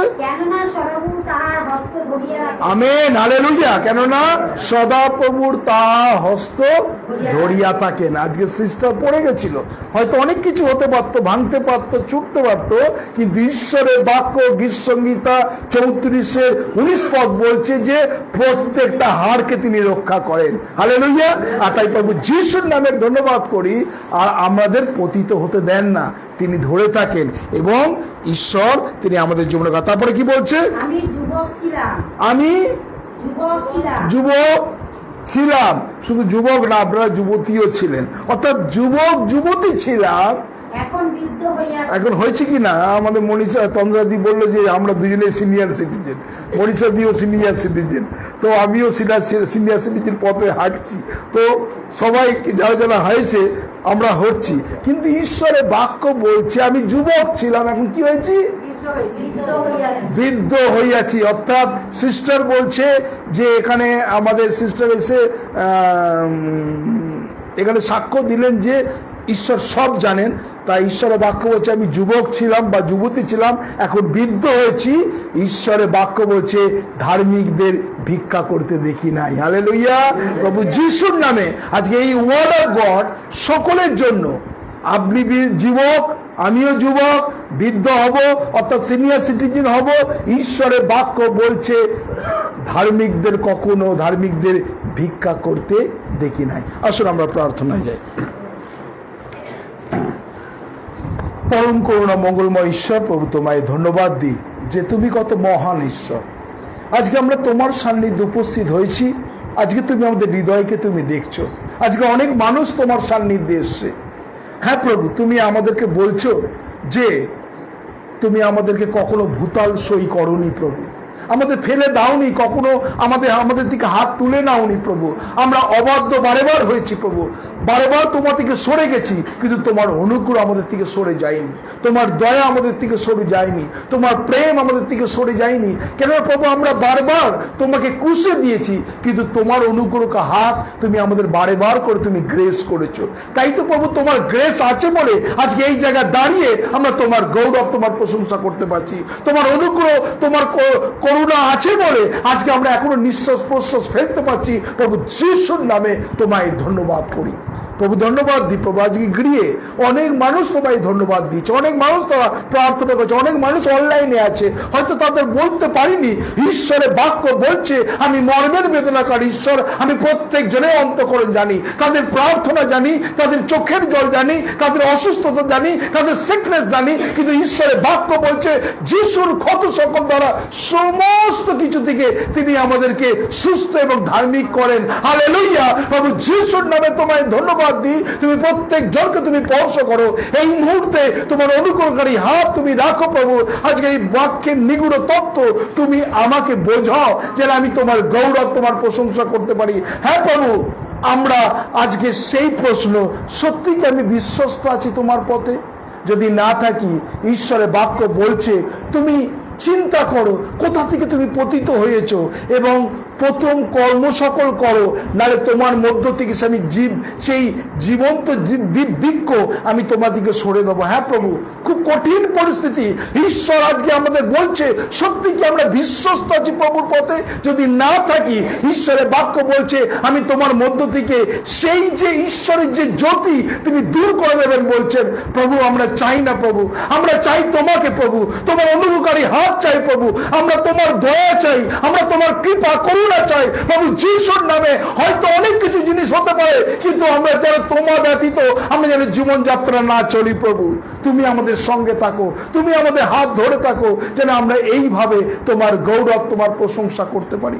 আজকে যতজন আছে প্রভু, আমাদের প্রশ্ন একই জায়গায়, সত্যি কি আমি বিশ্বস্ত? যদি না থাকি, ঈশ্বর আবার এই 11ই অক্টোবর প্রভু আমাদেরকে সুযোগ দিচ্ছেন যে আমরা কিভাবে চলছি। তুমি আমাদের হৃদয়কে দেখছো প্রভু, আমরা তোমার সান্নিধ্যে আছি, তুমি তোমার পবিত্র আত্মা স্পর্শ করো, যিশু তোমার নামে চাই। Amen, amen. ঈশ্বর কাছে আমরা যতজন আজকে আছি প্রভু, আমাদের জীবনকে তিনি দেখছেন। আজকে খুব কঠিন বিষয় বিশ্বস্ততা, তাই না? আমি কিছুদিন আগে ফেসবুকে আমি একটা দেখছিলাম যে তারা সুন্দরভাবে তাদের বিবাহিত জীবন, কিন্তু হঠাৎ করে স্বামীর অর্থনৈতিক অবস্থা পড়ে যাওয়ার দরুন সঙ্গে সঙ্গে আমরা দেখলাম যে সেই বউ অন্যজনের সঙ্গে চলে গেছে। আর এইটা কিন্তু এখন বাস্তব হচ্ছে। হয়তো স্বামী স্ত্রীর সঙ্গে মনোমালিন্য, মানে মিলমিশ নেই, কথাবার্তা নেই, আর স্বামীও এক জায়গায় চলে গেছে, বউ আর এক জায়গায় চলে গেছে, এরকম পরিস্থিতি। কিন্তু আজকে বর্তমান যুগে কিন্তু আজকে আমাদের মনীষাদি যেটা বলছিল যে আমাদের কঠিন পরিস্থিতি, আর এইটা আজকে সে ভাবছে, কিন্তু আপনি জবে থেকে প্রভু যিশুর কাছে উদ্ধারকর্তা মুক্তিদাতা হিসেবে গ্রহণ করেছেন, আপনি জেনে শুনেই কিন্তু কাঁটায় পা দিয়েছেন। আমি আবার কি বলছি, আমরা এই যে যারা প্রভুতে এসছি, যারা এখনো পর্যন্ত ব্যাপটিজম নেননি তাদের পক্ষে খুব ভালো, কিন্তু যারা ব্যাপটিজম নিয়েছেন আপনি জেনে শুনেই কাঁটায় পা দিয়েছেন। বাইবেল বলছে যে কণ্টকময় পথ, অনেকে কম মানুষ এই পথ দিয়ে গমন করে, তাই না? আমরা কিন্তু ওই সুন্দর লাইফ লিড করার জন্য কিন্তু জন্মায়নি। প্রভু যিশু আপনি যদি মতিলিখিত সুসমাচারে সেখানে প্রভু যিশু জন্ম যদি হয়, তার আগে তার জীবনে কি প্যাথেটিক ঘটনা হয়েছিল, রাজা হেরোদ প্রত্যেকটা জায়গায় ঘোষণা করেছিল 2 বছরের বাচ্চা যেখানে দেখবে তাদেরকে মেরে ফেলো। তাহলে যিশুর জন্ম হয়েছিল, হবার সময় কি হয়েছিল, মার কাঠ সবকিছু চলছিল, তাই না? তার মা একবার সেই বিড়াল ছানার মতো নিয়ে ওই গর্ত, ওই কুটুরে, ওই ঘরে নিয়ে প্রাণ বাঁচানোর জন্য, আর তাকে কিভাবে করেছিল। তো আমরা ভাবছি যে যারা খ্রিস্ট বিশ্বাসী তারা কিন্তু আমরা জেনে শুনেই কিন্তু নাম লিখিয়েছি, তো ভয় পাওয়ার কিছু নেই, মরতে হবে। এখানে আমরা প্রার্থনা করছি, কিছু দল যদি লোকে এসে দরজা খুলে AK-47 যদি এখানে লাগিয়ে দেয়, বলো যিশু নাম বলবে না অন্য নাম বলবে, আমি জানি না সেই সময় কতজন কি নাম বলবে আমি জানি না। হ্যাঁ, কিন্তু খুব কঠিন বিষয় কিন্তু।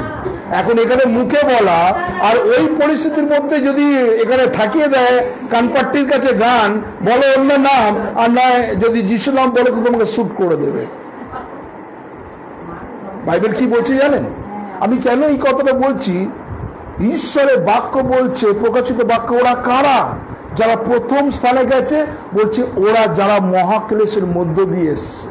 বাইবেলে প্রকাশিত বাক্যে 3 অধ্যায় আছে, যারা মহাক্লেশের মধ্য দিয়ে এসছে, অর্থাৎ যারা ওই যিশু নামে যারা হত্যা হয়েছে, যিশু নামে গলাকে ছেদন করে দিয়েছে, যিশুর নামে উল্টে ক্রসে দিয়েছে, যিশুর নামে যাকে গরম তেলের মধ্যে ফেলে দিয়েছে, যিশুর নামে যার চামড়া পর্যন্ত তুলে নিয়েছে, যিশুর নামে যাকে পাথর ছুঁড়ে মেরেছে, তাই না? বাইবেলের মধ্যে লেখা আছে না?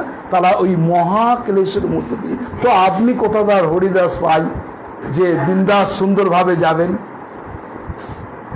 ভয় দেখাচ্ছি না আপনাদের, ভয় দেখাচ্ছি না, প্রস্তুতি। এটা আমাদের জীবনে প্রস্তুতি যে আপনারা মনে হয় সবাই হ্যাপি আছেন, কেননা ম্যাক্সিমাম লোকেরা, খ্রিস্টানরা খুব হ্যাপি।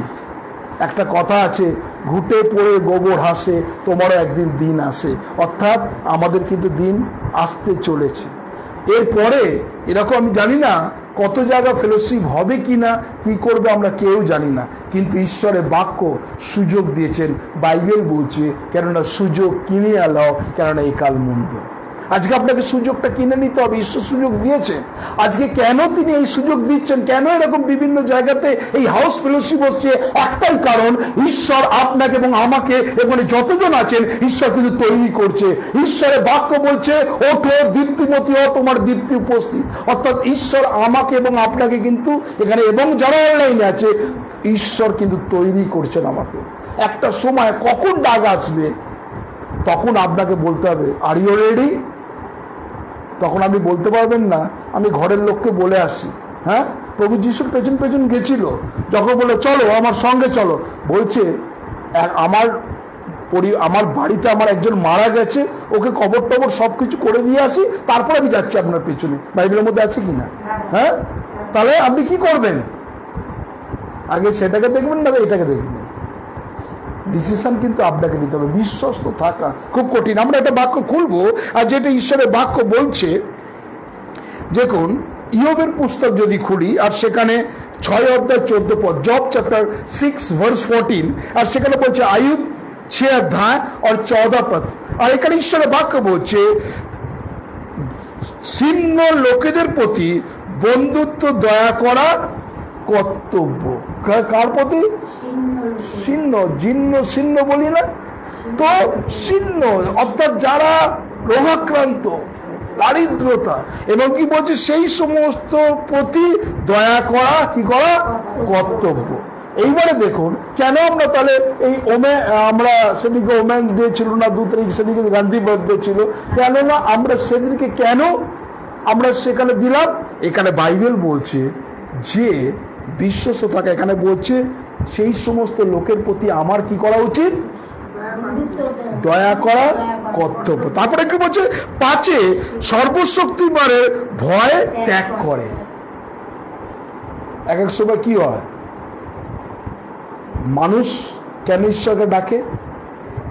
কেন মানুষ ঈশ্বরকে ডাকে? এনিওয়ান, সে যিশু হতে পারে, আল্লাহ হতে পারে, রাম হতে পারে, রহিম হতে পারে, কেন ঈশ্বরকে ডাকে মানুষ? না, মানুষ এখনকার মানুষ হচ্ছে ভয় ভক্তি। আজকে শনিবার, যখন আমি প্রভুতে আসিনি, এই শনিবারের পুজোটা আমি জানতাম যে শনিবারের পুজো যখন হতো, সেই প্রসাদ যদি খেতাম তো সেই প্রসাদ খাবার পর ঘরে ঢুকতে পারতাম না, কেননা সেখানে নিয়ম ছিল যে সেই প্রসাদ যদি খাও ভালো করে জল টল দিয়ে স্নান টান করে জামা কাপড় ছেড়ে তারপরে ঘরে ঢুকতে হবে, কেননা সেই দেবতা হচ্ছে মানুষ খেকো দেবতা। অর্থাৎ শনির কোপ যদি কারোর ওপরে পড়ে সে বাড়ি তছনছ হয়ে যাবে। সেই জন্য মানুষ কি করতো, সেই খাবার সেই সিন্নি বাইরে খেয়েই তারপরে তার হাত পা মুখ তার জামা কাপড় ধুয়ে ঘরে ঢুকতে হতো। অর্থাৎ ঈশ্বরকে পুজো করছে, তাহলে কি নিয়ম বিধান? তার প্রসাদ নিয়ে ঘরে ঢোকা যাবে, যদি সেই ঘরে যে ঢোকে ভুল করে তার তছনছ হয়ে যাবে। অর্থাৎ এই জন্য শনির ঠাকুরের পুজো ঘরের মধ্যে হয় না, এবং রাস্তায়, বেশিরভাগ রাস্তার মন্দিরে, ফুটপাতের মন্দিরে, এইসব জায়গায় বাইরে হয়। কেননা কাঁচা খেগো দেবতা বলে, তো বাড়ি তছনছ করে লোকেদের ভয়। তাহলে লোকেরা কি করছে? ভয়ে ভক্তি করছে। তারপরে কি হচ্ছে? এই তোর এত ফাঁড়া, তোর পরে পদে পদে বিপদ হচ্ছে, তুই এক কাজ কর, তুই প্রত্যেক শনিবার দিন ধূপকাঠি মোমবাতি জ্বালাবি।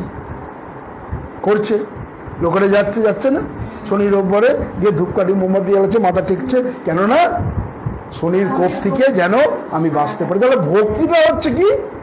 ভয়। আজকে ধরুন মা সবসময় যদি হাতে যদি এক হাতে বাংলা আর এক হাতে ঝাঁটা নিয়ে যদি থাকে, তার ছেলে সবসময় বলে মা কখনো রণচণ্ডী, হ্যাঁ, ভয় পাবে কেবে? ওই ঝাঁটা আর বেলুন চাকির মধ্যে ওইটা পিটানোর জন্য ভয়, কেননা ওইটা যে ভক্তি। তাহলে কিন্তু আপনাকে কিন্তু অন্তর থেকে ভক্তি করছে না, ওই আপনার হাতে এক হাতে ঝাঁটা আছে, এক হাতে বেলুন আছে বলে ও ভয় করছে, বাবা যদি না শুনি তো মা পেটাবে আমাকে। তাহলে ভক্তিটা কি হচ্ছে? অন্তর থেকে হচ্ছে না, ভক্তিটা হচ্ছে ভয়। কিন্তু আমি ঈশ্বরকে ধন্যবাদ দিই, আপনি এমন ঈশ্বরকে ধন্যবাদ দিই, যে প্রভু যিশুকে ধন্যবাদ দিই, ঈশ্বর কোনো বলছে দরকার নেই ভয়, দোয়া কর দেয়। কিন্তু ঈশ্বরকে ভয় বলছে, একটা বলছে ভয় হচ্ছে ফেয়ার দ্য গড, মানে আমরা যেন ঈশ্বরকে ভয় করি, যাতে ভয় করি যেন সঠিক পথে চলি। ওই মানে অন্তর দিয়ে ভক্তি দেখানোর কথা বলা হচ্ছে না। ধরুন আপনি এখানে শুনছেন, এইখানে আমরা শুনছেন সবাই, আপনি আর একটা জায়গায় সভাতে গেলেন, সেইখানে সভাতে গিয়ে দেখলেন যে গঙ্গা জল ছেটালো, সেম খ্রিস্টান গঙ্গা জল ছেটালো, ধূপকাঠি জ্বালালো, মোমবাতি জ্বালালো, অল্টারে গিয়ে যিশুর গলায় মালা দিল, তাহলে আপনি কি কোনটা ঠিক? ঠিক কোনটা? কোনটা ঠিক? ধূপকাঠি দিয়ে, মোমবাতি দিয়ে, গঙ্গা জল ছিটিয়ে, মালা ছিটিয়ে, তাহলে কি হচ্ছে? What is this? তাহলে কি হচ্ছে? আমরা কিন্তু ঈশ্বরের বাক্য বলছে বিশ্বস্ত, ঈশ্বর অন্তঃকরণ জানে। এখানে কিন্তু যেই জায়গাটা, হ্যাঁ, আমি দেখছিলাম যে মনীষাদি কাউকে যেন বলছে আপনারা সাক্ষ্য দিন, যিশু শুনছে, আমি জানি না এখানে যিশু আছে কিনা, ক্রসে তিনি বারবার দেখাচ্ছেন যিশু শুনছেন না, দিস ইজ নট গুড। যিশু বলছে তুমি যেখানে থাকো সেখানে ঈশ্বর বসে আছেন, আপনার অন্তরকে দেখছেন। এই ক্রসের কথা 50 বার আপনি মাথা ঠুকেও হবে না। এই জন্য ঈশ্বরের বাক্য কি বলছে? আমি যাচ্ছি, আমার চাওয়া তোমাদের পক্ষে ভালো, কিন্তু কাকে ছেড়ে যাচ্ছি? পবিত্র আত্মা। পবিত্র আত্মা কি? এই হাওয়া আপনিও পাচ্ছেন, আমিও পাচ্ছি, সবাই পাচ্ছে না? পাচ্ছি কি না? হাওয়াকে দেখতে পাচ্ছি, কিন্তু রিয়ালাইজ করছি, অনুভব করছি, ঠিক ঈশ্বর এইভাবে অন্তর দিয়ে অনুভব করছি। না তো কোনো মন্দিরে থাকে, না তো কোনো অল্টারে থাকে, না কোনো বাড়িতে থাকে, না কোনো গির্জা থাকে, কোনো জায়গা থাকে না। অনেকজন দেখি যে গির্জার পাশ দিয়ে গেলে গির্জার চাকারে এরকম মাত্রা 3 বার ঠকে যায়। গির্জা থাকে না ঈশ্বর, মন্দিরে ঈশ্বর থাকে না। ঈশ্বর, বাইবেল বলছে আমি তোমার অন্তরে থাকি, অন্তরে থাকে, অন্তরে, অন্তরে, যেটাকে বোঝা যায় না, যেটাকে বোঝা যায় না, রিয়ালাইজ করতে অন্তর থেকে। তাই ঈশ্বরের বাক্য বলছে যে আমাদের কি করা প্রয়োজন? যারা জীর্ণ শীর্ণ মানুষকে তাদেরকে দয়া করা আমাদের কর্তব্য, কেননা ঈশ্বর বলছে আমি বিশ্বস্ত। এরপরে আমরা যদি চলে যাই হিতোপদেশ, হিতোপদেশ যদি 20 অধ্যায় 6 পদ, প্রভার্বস চ্যাপ্টার 20 ভার্স 6, আর সেখানে যদি ঈশ্বরের বাক্য আমরা যদি দেখি, হিতোপদেশ 20 অধ্যায় 6 পদ কি বলছে? অনেক লোক স্ব সাধুতায় কীর্তন করে, কিন্তু বিশ্বস্ত লোক খুঁজে পাইতে পারে। জিজ্ঞাসা চিহ্ন। কি বলছে? অনেক স্ব সাধুতার কীর্তন করে, অর্থাৎ আমরা বুঝতে পেরেছেন, আমরা এখন কি করলাম? ভজন কীর্তন করলাম, তাই না? আমি অনেক জায়গায় দেখেছি তারা বড় বড় গায়ে, বড় বড় দল, তারা কি করলো? 4-5টা বিড়ির টান মেরে এলো, কেউ পানে মুখে দিয়ে ওই করে নিয়ে তারা যিশুর গানই গাইছে। দেখবেন আপনাদের অঞ্চলেই আছে, আমি নাম বলছি না, আছে না, আছে না, মুখগুলো একদম পান খেয়ে খেয়ে একদম লাল হয়ে গেছে, কালো হয়ে গেছে। দেখবেন পাশে গিয়ে দেখবেন যখন কীর্তন হওয়ার ব্রেক যখন হয়, কীর্তন বাজিয়ে টাজিয়ে গেল, আমাদের বাসনাদিও আছেন কীর্তনের মধ্যে, আর নাম বলছে মানে ওই তুমি যা দেখি তো কী করছে, অনেক লোককে দেখবে যে বাইরে গিয়ে একটু সুখের টান টান দিয়েছে, আবার বসে আবার কীর্তন করছে, আছে না? হ্যাঁ, নাম বলতে হবে না, কিন্তু তুমি জানো কি না?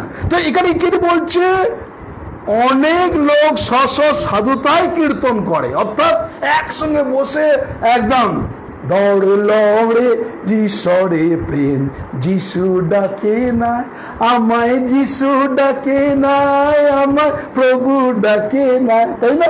এরকম গান হয় তো, কীর্তন হয় তো।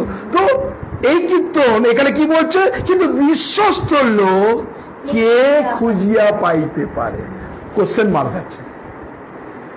তাহলে কাকে বলছি? ঈশ্বর আপনাকে এবং আমাকে বলছে। বিশ্বস্ত লোক নেই, গান গাইছে একদম, যখন নামছে টান টান উত্তেজনা। তারপরে বিশ্বস্ত লোক কে খুঁজিয়া পাইতে পারে, অর্থাৎ এই জন্য বাইবেল বলছে যে রোমিও 3:23 কেউ ধার্মিক নাই, সকলেই পাপ করেছে, ঈশ্বরের গৌরববিহীন হচ্ছে, বলছে না? তাহলে আমরা কেউ ধার্মিক নয়। ঈশ্বরের বাক্য বলছে যে পারফেক্ট বিশ্বস্ত লোককে খুঁজে পাওয়া কিন্তু খুব কঠিন। সেদিনকে একটা নিউজে আমি দেখছিলাম যে একটা বাড়িতে একটা মেয়ে নানা করে 15 থেকে 18 বছর কাজ করছে, মানে বিশ্বস্ত মেয়ের মতন দেখতো, আপনারা দেখেছেন কিনা? সেই মেয়ে বাড়ির সোনা গয়না কি চুরি করেছে। তো পুলিশ যখন এসছে তাকে জেরা যখন করছে, তখন কি বলছে, তোকে মেয়ের মতন দেখতাম, তোর কোনো কিছুতে অভাব ছিল না, তোকে যা বলতো তাকে সব দিত, তুই আমাদের সব কিছু জানতিস, টাকা লাগতো তো বলতে যা টাকা নিয়ে যা, পয়সা লাগলে বলতো, আমরা হয় না 18-19 বছর যখন কোনো হৃদ্যতা যখন হয়ে যায়, কিন্তু সে কি করলো, বিশ্বাসঘাতের উপরে করে ছুরি ঢুকিয়ে দিল। সেই ভদ্রমহিলা বলছেন, তুই তো কোনো কিছু তোর অভাব নেই, হ্যাঁ কেন তুই করলে এটাকে? বলছি না, অভাবেই স্বভাব নষ্ট। তো সেখানে বলছে, আর এখানে বলছে বিশ্বস্ত খুব কঠিন। আজকে যে সন্তানকে আপনি মানুষ করছেন, যে কন্যাকে আপনি মানুষ করছেন, সে বিশ্বস্ত হবে কিনা কি করে জানেন? ধরুন আপনি আপনার মেয়েকে মানুষ করলেন, বড় করলেন, সে আপনার মেয়েকে বিয়ে দেবেন বলে চিন্তা ভাবনা করে সে কি করলেন, একটা কষ্টে সৃষ্টে লক্ষ্মী ভান্ডার টাকা পেয়ে আপনি জমিয়ে টমিয়ে একটা হার বানালেন, একটা আংটি বানালেন, যে মেয়ে যদি বিয়ে হয় তো জামাইকে আমি দেবো, জামাইকে একটা আংটি বানালেন, কিছু ক্যাশও রাখলেন, কিন্তু আলটিমেট দেখলেন আপনার মেয়ে কাকে ভালোবেসেছে, আপনি যখন ঘুমোচ্ছে সব কিছু হাতি নিয়ে সে কেটে পড়েছে বাড়িতে। হচ্ছে না? মেয়ে, নিজের মেয়ে তার মায়ের সোনা গয়না ঝেপে টেপে নিয়ে কেটে পড়েছে। ছেলেরাও কেটে ওই করে, হ্যাঁ ছেলেরাও করে, আমি মেয়েদের কথা বলছি, ছেলেদেরও কথা বলছি। তো বিশ্বস্ত, তাহলে তার মা ভেবেছিল যে তার মেয়ে এরকম করবে, যখন আসে মা আমি বিয়ে করেছি ওই করেছি, তুই এরকম অবিশ্বস্ত কাজ করলি, তোকে তো আমি এই ভাবিনি, আমি তোকে, তুই যদি ভালো করে করতে আমি তোর জন্য সবকিছু রেখেছিলাম, তাই না? এখনকার আমি জানি না। তো এই কারণে বলছি বিশ্বস্ত খুব কিন্তু কঠিন। আপনি যাকে আশা, এই জন্য আমি আমার ওয়াইফ, আমরা কখনো আশা করি না যে আমার ছেলে বা মেয়ে কেউ আমার জীবনে করবে, এটা যখনই ভাববেন তখনই ভাবছেন আপনি ভুল। বিশ্বস্ত কেউ নেই, বিশ্বস্ত কেউ নেই আপনার পরিবারের মধ্যে, কেউ।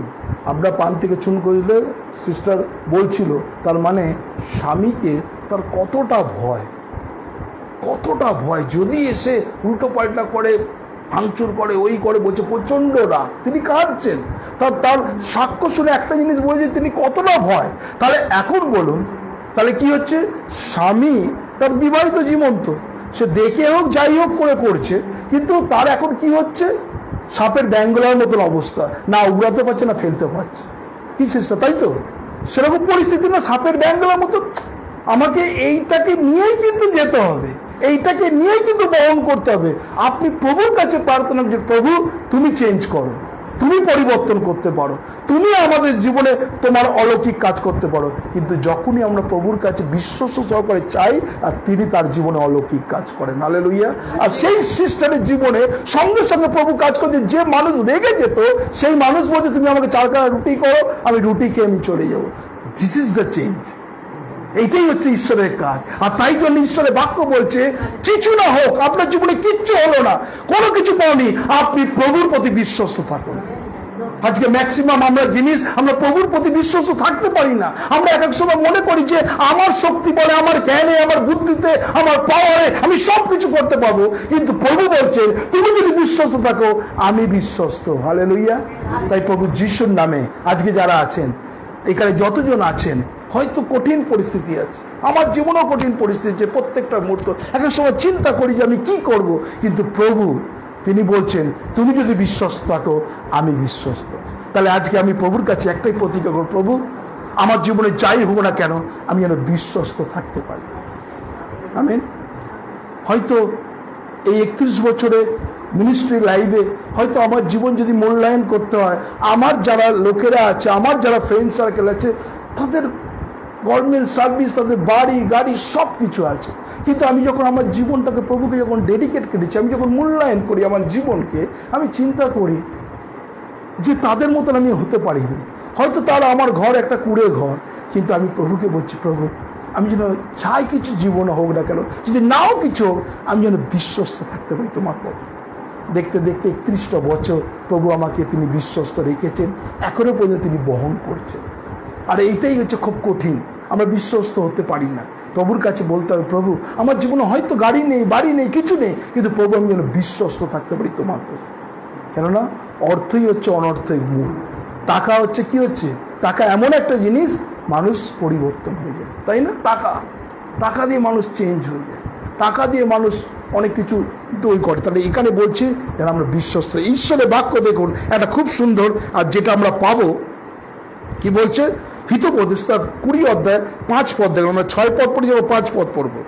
এবার দেখুন কিছু, মনুষ্যের হৃদয় পরামর্শ গভীর জলের ন্যায়। ভালো করে দেখুন, এটাকে অধ্যয়ন করুন, চিন্তা করুন, ধ্যান করুন যে কি বলছে, মনুষ্যদের হৃদয়ে পরামর্শ গভীর জলের ন্যায়, কিন্তু বুদ্ধিমান তা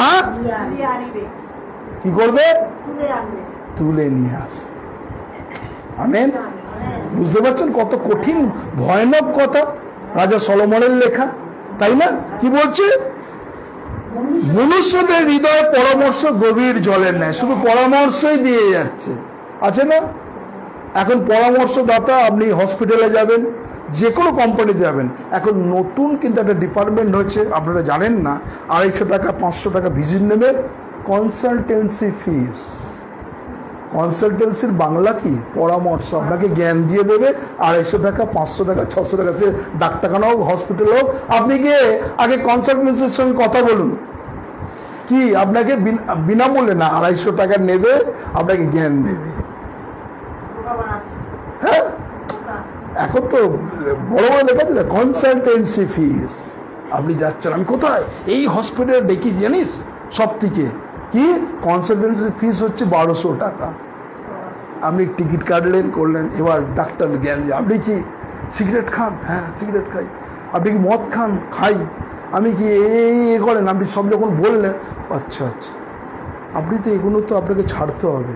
আরে সবাই তো জানে তো মদ আরে ছেড়ে দিলে তো আমি এমনি সুস্থ থাকবো, তাহলে তোমার কাছে এসে 1000-1200 টাকা দিয়ে লাভটা কি হলো? পয়সা দিন। তো একটা গল্প বলি, এরকম একটা লোক 500 টাকা ভিজিট, আর সে কি করতো, ডাক্তার বলেছে যদি ডাক্তারের ওষুধে যদি কাজ না হয় তাহলে 1000 টাকা ফেরত দেবে। তো একজন লোক এসছে খুব চালাক, সে ডাক্তারবাবুকে যে ডাক্তারবাবু আমার মুখে না কোনো স্বাদ নেই, মুখে স্বাদ নেই, তো আমাকে একটু ওষুধ দিন, আমার কোনো মুখে টেস্ট নেই। তো ডাক্তারবাবু বলেছে এই 12 নম্বর ওষুধটা ওকে মুখের 2 ফোঁটা দিয়ে দে। তো কম্পার্টমেন্টটা কি করেছে, পেট্রোল 2 ফোঁটা দিয়ে মুখের মধ্যে দিয়েছে। এইটা তো পেট্রোল, এই তো আপনার সেন্স আছে, 500 টাকা দিন। তো বলছে যা 500 টাকা চলে গেল। এরপরে সেকেন্ড টাইম এসছে, আসার পর এবার বলছে ডাক্তারবাবু জানেন তো আমি না ঘুম থেকে উঠে চোখে দেখতে পাই না, চোখে আবছা আবছা দেখি, ওই করি, চোখে কিছুই দেখতে পাচ্ছি না, কিছু ধোঁয়ার ঝাপসা দেখছি। আবার কমপ্লেন যাই 12 নম্বর ওষুধটা 2 ফোঁটা চোখে দিয়ে দেবো। এই ওই তো 12 নম্বর ওষুধ তো ওটা তো জীবের, তো ওটাই তো আপনার চোখ দেখতে পারেন ভালো করে, আপনি 500 টাকা দিন। তো এইটা একটা জাস্ট মজা জোক, কিন্তু এইখানটাকে এই কনসালটেন্সি বলছে, আর যারা কি করছে গভীর দল তুলে নিয়ে আসে। মানে আজকে যারা আছেন এখানে আপনাদের কাছে এই গভীর জলটা কি, আপনারা যখন মানুষের জন্য দুঃখ কষ্ট বেদনা যখন আপনি প্রার্থনা করেন, আর তার মধ্য দিয়ে যে ভারাক্রান্ত হয়ে গেছে, অসুস্থতা সিকনেস হয়ে গেছে, সে অনেক কোটি টাকা থাকতে পারে, যেরকম 18 বছর না সামথিং 12 বছর বিবাহিত জীবনে তার কোনো সন্তান নেই। সবাই আপনারাও প্রার্থনা করেছেন সেই গ্রুপে, আমাদের সবাই গ্রুপে 12 বছর পর তাদের সন্তান হয়েছে, 12 বছর পর সন্তান হয়েছে। তারা বলছে না আমরা কিছু সামথিং গুড নিউজ মিশনকে আমরা কিছু ডোনেট করবো আমরা, এটা তো 12 বছর পর। তাহলে এখানে কি হচ্ছে, আপনি প্রার্থনা করছেন, সে কোটিপতি হতে পারে, তার কাছে সমস্ত ডাক্তার ফেল হয়ে গেছে, কিন্তু আপনি প্রার্থনা করে কি করেছেন, যখন তার সন্তান দিয়েছে সে কি করছে, আপনি জল তুলছেন না, জল তুলেন মানে আছে কি, তাহলে কি হচ্ছে বেনিফিট, তাহলে প্রার্থনা করা হয়েছে এই আশীর্বাদের বেনিফিট, তাহলে জল তোলা মানে কি হচ্ছে বেনিফিট। আপনি প্রার্থনা করছেন, আপনাকে বললো সিস্টার তুমি আমার জন্য প্রার্থনা করেছো, অনেক কাজ করেছো, সত্যি আমি তোমার প্রার্থনা করে রিকোয়েস্ট বলতে না, তার জন্য আমি তোমাকে জাস্ট লাভ গিফট আমি তোমাকে দিই, সেটা তোমার প্রাপ্য, তোমাকে দিল, তাহলে কি হলো ব্যাপারটা, ওই জল তোলার মতনই অবস্থা হলো না?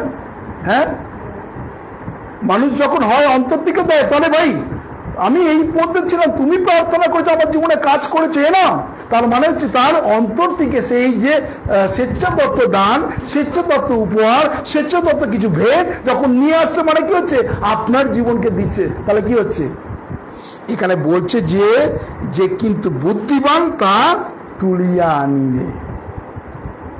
তাহলে আমরা কি যখন প্রার্থনা করছি, অনেক লোকে কি করে নিয়ে আসে যে আমি সুস্থ হয়েছি, এই নিন, এটা আমরা ভেট দিলাম, আমরা মিনিস্ট্রিকে ডোনেট করলাম, বলে না? তো এইটাই হচ্ছে কাজ প্রভু। নেক্সট আমরা যাব, আমরা হিতোপদেশ, হিতোপদেশ আমরা করন্থীয় চলে যাই। প্রথম করন্থীয় 7 অধ্যায় 25 পদ, 1 Corinthians chapter 7 verse 25। দেখুন সেখানে কি বলছে, এখানে কি বলছে, প্রথম করন্থীয় 7 অধ্যায় 25 পদ, আর কুমারীদের বিষয় আমি প্রভুর কোনো আজ্ঞা পাই নাই, কিন্তু বিশ্বস্ত হইবার জন্য প্রভুর দয়াপ্রাপ্ত লোকের ন্যায় আমার মতো করিতেছি। তাহলে এখানে কি বলছে, যারা এখানে মহিলারা আছেন, যারা মারা আছেন, এখানে কি বলছে যে কুমারীদের বিষয় আমি প্রভুর কোনো আজ্ঞা পাই নাই, কিন্তু বিশ্বস্ত হইবার জন্য প্রভুর দয়াপ্রাপ্ত লোকের ন্যায় আমার মতন প্রকাশ করিতেছি। তাহলে আজকে ঈশ্বর আমরা প্রার্থনা করি, প্রভু তুমি একটা সুন্দর লাইফ পার্টনার দাও। আচ্ছা সবার জীবনে একটা সুন্দর সুন্দর লাইফ পার্টনার দিয়েছে, তার মানে কি হচ্ছে, ঈশ্বর কিন্তু তার গুণ আজকে এই পরিবারটাকে, আজকে সিস্টার বা এই সিস্টার এখানে যতজন আছে, আপনারা একটা পরিবারকে ধরে রেখে দিয়েছে, 10 বছর হোক, 20 বছর হোক, 35 বছর হোক, 40 বছর জীবনযাত্রা আমরা ধরে রেখে দিয়েছি। তাহলে ঈশ্বর কি করেছে, একটা বিশ্বস্ত লাইফ পার্টনার দিয়েছেন, তাই না? এখনকার কি হচ্ছে, এখনকার মানুষ কেন তাতে ডিভোর্স বেশি হচ্ছে, কেন না আন্ডারস্ট্যান্ডিং হচ্ছে না, মিলছে না, মতের মিল হচ্ছে না, দুধ ভালো লাগছে না, তোমার এই সংসারে কাজ করতে দরকার নেই। কেউ মেয়েরা আছে শুধু বাইরে খাবো, ঘুরবো, শপিং মল করবো, কেউ মেয়ে আছে না ভাই অত টাকা খরচা করবো না, তো আমি জমাই পয়সাটা। জমানো যখন হয়, যখন স্বামীর হাতে পয়সা না থাকে, তখন স্বামী যখন দেয় না দিলাম আমি তোমাকে, তো গুছনে মেয়ে। তো এইটা কি হচ্ছে, এটা কিন্তু হঠাৎ করে আসে না, কিন্তু কেউ উড়নচণ্ডী হয় আর কেউ ঘর সাজাতে পারে। ঘর সাজিয়ে অনেক পরিবারে আমি দেখেছি, অনেক মায়ের দেখেছি যে একটা একটা করে জিনিস করে, ঘরে এইটা করলো, ওইটা করলো, সেটা করলো, একটা একটা করে জিনিস করলো। এবং যখন অকাল টাইম যাচ্ছে, যখন স্বামীর কোনো রোজগারপতি নেই, সে তখন স্বামীর হাতে দিলে, না তুমি আজকে বাজার করে আমি পয়সা দিলাম। তুমি কোথা দিয়ে পেলে? আরে বাবা সংসার থেকেই তো বাঁচিয়েছে আমি। তাহলে তোরা কি হচ্ছে? বাইবেল বলছে না হিতোপদেশে, গুণবতী স্ত্রী কে পাইতে পারে, বলছে না? হ্যাঁ, কে পাইতে পারে গুণবতী স্ত্রী? তাহলে ঈশ্বরকে ধন্যবাদ দিন আপনাদের মহিলাদের এখানে যাতে আছে যে গুণবতী আপনারা আজকে সংসারটা ধরে রেখেছেন বলেই স্বামী হয়তো হতছড়া হতে পারে, কিন্তু আপনি ধরে রেখেছেন বলে এখনো পর্যন্ত সেই পরিবারটা আছে। অনেক পরিবারে এখনকার ইয়ং জেনারেশনটা পরিবারটা ধরে রাখতে পারে না, ফ্যামিলি ধরে রাখতে পারে না, আন্ডারস্ট্যান্ডিং নেই তাদের মধ্যে। সেই জন্য কি হচ্ছে, 6 মাস 1 বছর 1.5 বছরের মধ্যেই ব্যাস ডিভোর্স, শুধু ডিভোর্স, শুধু ডিভোর্স। তাই ঈশ্বর তিনি আমাদের জীবনে বলছে বিশ্বস্ত থাকা। যখন আমি 2005-এ 11ই মার্চ যখন আমি বিয়ে করেছিলাম, আর সত্যি ঈশ্বরকে ধন্যবাদ দিই, দেখতে দেখতে 22টা বছর হয়ে গেল আমাদের বিবাহিত জীবন। তো ঈশ্বরকে ধন্যবাদ দিই, আজকে 22 বছর ঈশ্বর আমাকে যে লাইফ পার্টনার দিয়েছে। 2005 11ই মার্চ আমি যখন বিয়ে করেছি, আজকে সেই লাইফ পার্টনার দিয়েছে বলে আজকে আমি এই জায়গা প্রভুর গৌরব করছি।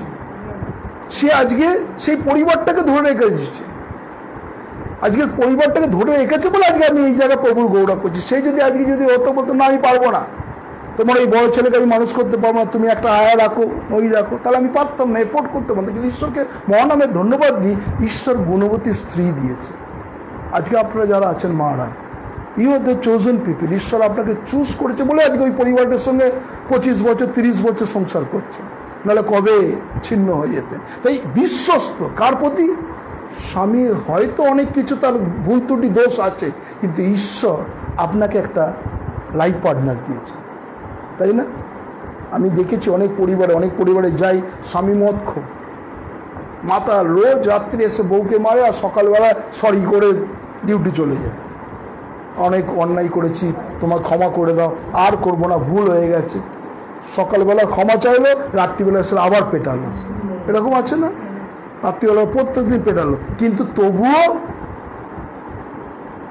সবার ছেলে মেয়েদের খাওয়া হয়ে গেল, বউ তার ভাত বেড়ে চাপা দিয়ে স্বামীর জন্য ওয়েট করছে কখন সে আসে। আছে না এরকম? চাপা দিয়ে রেখে দেয় খাবার, না আমার স্বামীটা খেলে আমি খাবো। তো ঈশ্বর তিনি আমাদের জন্য এই বিশ্বস্ততা দেখেন। তাই বাইবেল এখানে আমাদের বলছে, আমরা 1 কোরিন্থীয় বলছে, আমরা 1 কোরিন্থীয় তার 4 অধ্যায় 1 পদে যাব। 1 কোরিন্থীয় তার 4 অধ্যায় 1 পদে বলছে, দেখুন কে বলছে, 1 Corinthians chapter 4 verse 1, লোকে আমাদেরকে এইরূপ মনে করুক যে আমরা খ্রিস্টের সেবক। ভালো করে দেখুন, পড়ুন এটাকে, লোকে আমাদিগকে এরূপ মনে করুন যে আমরা খ্রিস্টের সেবক। এক মিনিট থামুন ওই জায়গাটাকে, এখানে দেখুন এখানে কি আছে, কমা আছে, মানে ওয়েট, থামুন। এইবারে বলছি, আজকে আপনার অঞ্চলে, আপনার পাড়ায়, আপনার আত্মীয় স্বজন, আপনার লোক সত্যি কি আপনাকে দেখে বলে আপনি খ্রিস্টের লোক? বাপরে বাপ, মুখের যা চোপড়া, জল তুলতে গিয়ে কলের নেই এই নিয়ে ঝগড়া, পাড়া পড়শি হয়ে জানতে গেল, হয় না? আপনি কেমন, আপনার পাড়ার লোক, ওই মেয়ে, ওই ভদ্রমহিলা, বাপরে বাপ, এত ঝগড়ুটে। তাহলে কোথায় খ্রিস্টের পরিচয়, কোথায় এলো আপনার জীবনে? সে ছেলে হোক মেয়ে হোক, হ্যাঁ, এই লোক পুলপিটা প্রচার করে। আপনি রাত্রিবেলা 12টার পর আসবেন, দেখবেন মদ খেয়ে পড়ে আছে না? তাহলে এখানে কি বলছে, লোকে বলবে আপনি খ্রিস্টের সেবক, আপনাকে বড় ক্রস, বড় আলখাল্লা পরে আমি জাজ, আমি পোপ, আমি বিশপ, আমি ফাদার, আমি রেভারেন্ড পরিচয় দিতে হবে না। পাড়ার লোকেরা বলবে আপনাকে। আমি আর সুদীপ যথেষ্ট মনে হচ্ছে দুর্গাপুজোর ভাসানের দিনই মনে হয়, একদম আমাদের একটা গ্রুপ, মানে পেছন দিকে, আমাদের বাড়ির পেছন দিকে সব মাল খেয়ে একদম একদম ফুল মালকে। আর আমি আর সুদীপ আসছি, ওরা গিয়ে যে যার বোতলগুলো সরিয়ে রেখে মদ খেয়ে আছে একদম চুপ। না দাদা, এই দাদা হচ্ছে খুব ভালো দাদা, শুভ বিজয়। ও সুদীপ ছিল ওখানে, সুদীপ হাসছে, সুদীপ বলছে সব কিন্তু নর্মাল আছে, ও বুঝে গেছে সব নর্মাল। কিন্তু অত মাল খাওয়ার পরেও তারা কিন্তু আমাকে এক্সপেক্ট করছে। এটা আমি আমার সাক্ষ্য দিচ্ছি, ও সাক্ষী, ও এর বিজয় দশমীর দিন ঘটনাটা ঘটেছে। তো ওই দেখে এসছে মানে কোলাকুলিও করতে চাইছিল। ঠিক আছে ভাই, ভালো থাকো, ঠিক আছে। হ্যাঁ হ্যাঁ, তাহলে কি হচ্ছে, এত মদ খাবার পরে ওই যে সম্মানটা, এই সম্মানটা কিন্তু পাওয়া কিন্তু খুব কঠিন। কিন্তু হ্যাঁ, সেটাই হচ্ছে এইখান থেকে ঈশ্বরের বাক্য যে সম্মান। এখানে কি বলছে দেখুন, এখানে কি খুব সুন্দর কথা। আমি কোনটা পড়লাম, লোকে আমাদেরকে এইরূপ মনে করুক যে আমি খ্রিস্টের সেবক। প্রথম বিশ্বাস যদি হয়, তাহলে তোমাকে লোকে, অঞ্চলের লোকে যদি বলি আমি মন্টু বাবুর বাড়ি যাব, কেমন লোক মন্টু বাবু, আরে সকালে তো বিস্কুট চালে, বিকালে মাল খেয়ে পড়ে থাকে, যদি এরকম বলে তাহলে কি হলো, খ্রিস্টের পরিচয় হলো? হলো? কেউ যদি বলে আমি যাব কোথায়, সিস্টার টুলু নস্কর সমাজসেবী যিনি করে, উনি বাপরে বাবুর সাংঘাতিক, উনি গালাগালি টালাগালি দেয়, তখন বাপরে বাপ।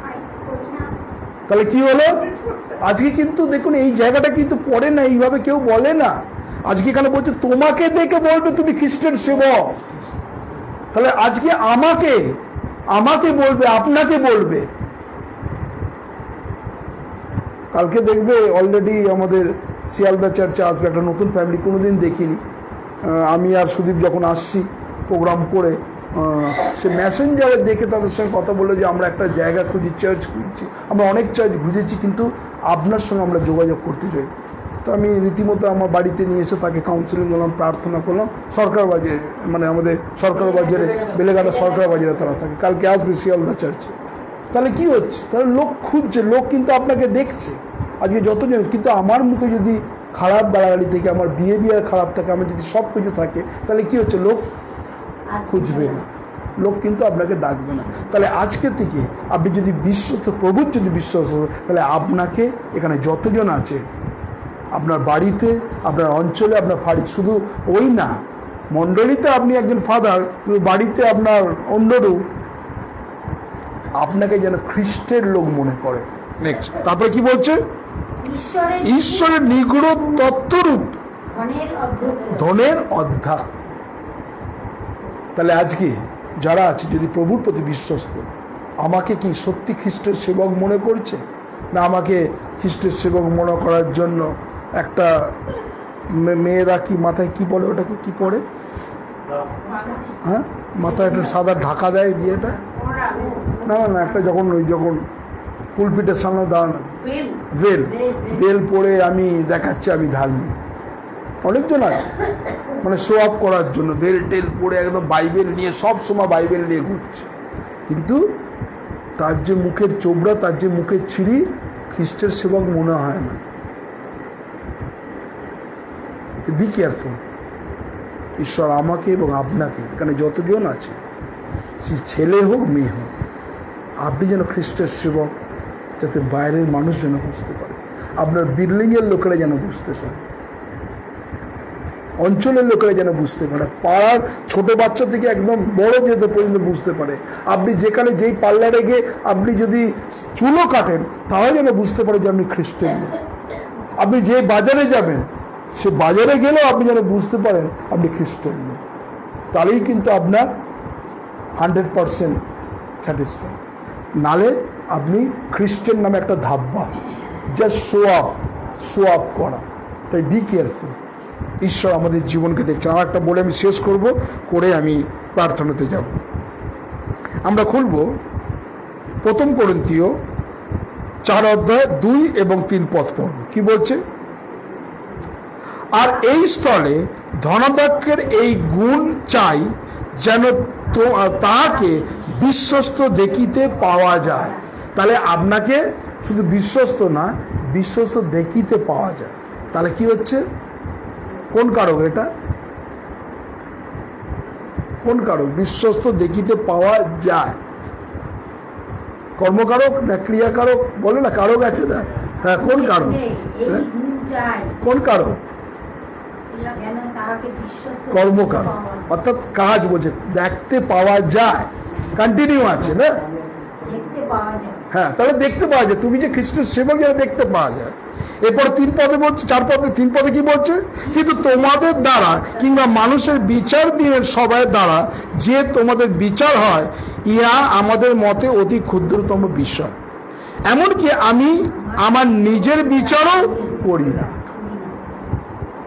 মনীষজি একটা কথা বলছিল যে শেষ সময় আমরা যেন একজন একজনকে ক্ষমা করি। শেষ সময় না, আমরা প্রত্যেকটা সানডেতে আমরা এই কথাটাই বলি, প্রভু আমরা যেন অপর অপরাধে ক্ষমা করিয়াছি, তদ্রূপ তুমি আমাদের করো।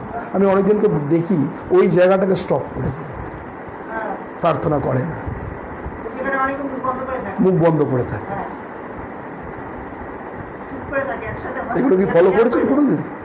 দেখবে ওই জায়গাটা অনেক পাদ্রি টাদ্রিরা মুখ বন্ধ করে থাকে, তারপরে হচ্ছে রিপিট করো, তোমার রাজ্যে আসে, তোমার ইচ্ছে পূর্ণ যেমন সর্ব। কেন? হ্যাঁ, কি তাই তো? থ্যাংক ইউ, তুমি ফলো করেছো এই বিষয়টা। তো এইটা আমাদেরকে দেখতে হবে। তো ঈশ্বর তিনি আমাদের বলছেন, হ্যাঁ, তো এইটা আমাদেরকে ঈশ্বর তিনি দেখেছেন। তাই আজকে প্রভু আমাদের জীবনকে তিনি বলছেন যেন আমরা জাজমেন্ট করার দায়িত্ব না। এক একজন আছে শুধু খাক না খাক, শুধু পিএনপিসি, ঘুম থেকে উঠে এর জাজমেন্ট, ওর জাজমেন্ট, ওর বিচারে ভাই ঈশ্বরের বাক্য বলছে তোমরা বিচার করিও, তুমিও বিচারিত হইও না, তাই বলছে না? তো আমরা জাজমেন্ট করবো না কারো, ঠিক আছে? জাজমেন্ট করার জন্য ঈশ্বর আছে, সে দেখছে। আমি তোমার জাজমেন্ট করতে পারি না। আমরা কি করি? এক একজন আছে ঘরে কাজকর্ম নেই, সে ঘুম থেকে উঠে তোমার বৌমা কোথায় যায় গো, রোজ ব্যাগ নিয়ে দিল, বাড়িতে আঙুল জ্বালিয়ে দিল। হ্যাঁ, মানে যার বাড়ির তাহলে হুঁশ নেই, পাড়াপাড়ির লোকের ঘুম নেই, কেন সারা দুপুর এই বাড়িতে এই থেকে এই বাড়ি থেকে ওই বাড়ি থেকে ওই বাড়িতে আগুন লাগিয়ে ব্যাস, এবার দেখ কেমন লাগে। হ্যাঁ, দেখবেন মানে এরকম মানে ও মানে জানলা দিয়ে যদি টাইমিং এই টাইম দেখে না, জানলা দিয়ে দেখা দেখি তো মেয়েটা যাচ্ছে কিনা, উঁচু করেও দেখে না, তাই না? বাইবেল এখানে বলছে যে বিচার জাজমেন্ট করবেন না, কোনো দরকার নেই, ঠিক আছে? বাইবেল একটা জায়গায় বলছে প্রকাশ্য অনুযোগ ভালো, গুপ্ত প্রেম ভালো। 1 টাইম 2 টাইম 3 টাইম বলুন, তারপরে আপনি পায়ে ধুলো ঝেড়ে দিন। বাইবেল তাই বলছে, পেরিতে বলছে তোমার কথা যদি না শোনে পায়ে ধুলো ঝেড়ে বেরিয়ে এসো সেখান থেকে। তুমি বলেছো সে শুধরাচ্ছে না, তাহলে তোমার পায়ে ধুলো ঝেড়ে ভাই। তাই আজকে ঈশ্বর তিনি আমাদেরকে সাহায্য করেন। তাই প্রভু তিনি আমাদের আশীর্বাদ করুন। আসলে আমরা, কেননা এই সাবজেক্টটা অনেক বড়, অনেক সুন্দর, মানে শেষ কবে হবে জানি না, অনেক বড়। তো ঈশ্বরকে মহানামের ধন্যবাদ দিই যে আসলে আমরা সকলে উঠে দাঁড়াই, আমরা প্রভুর কাছে নিজেকে ডেডিকেট করব এবং প্রভু তিনি আমাদেরকে সাহায্য করবেন।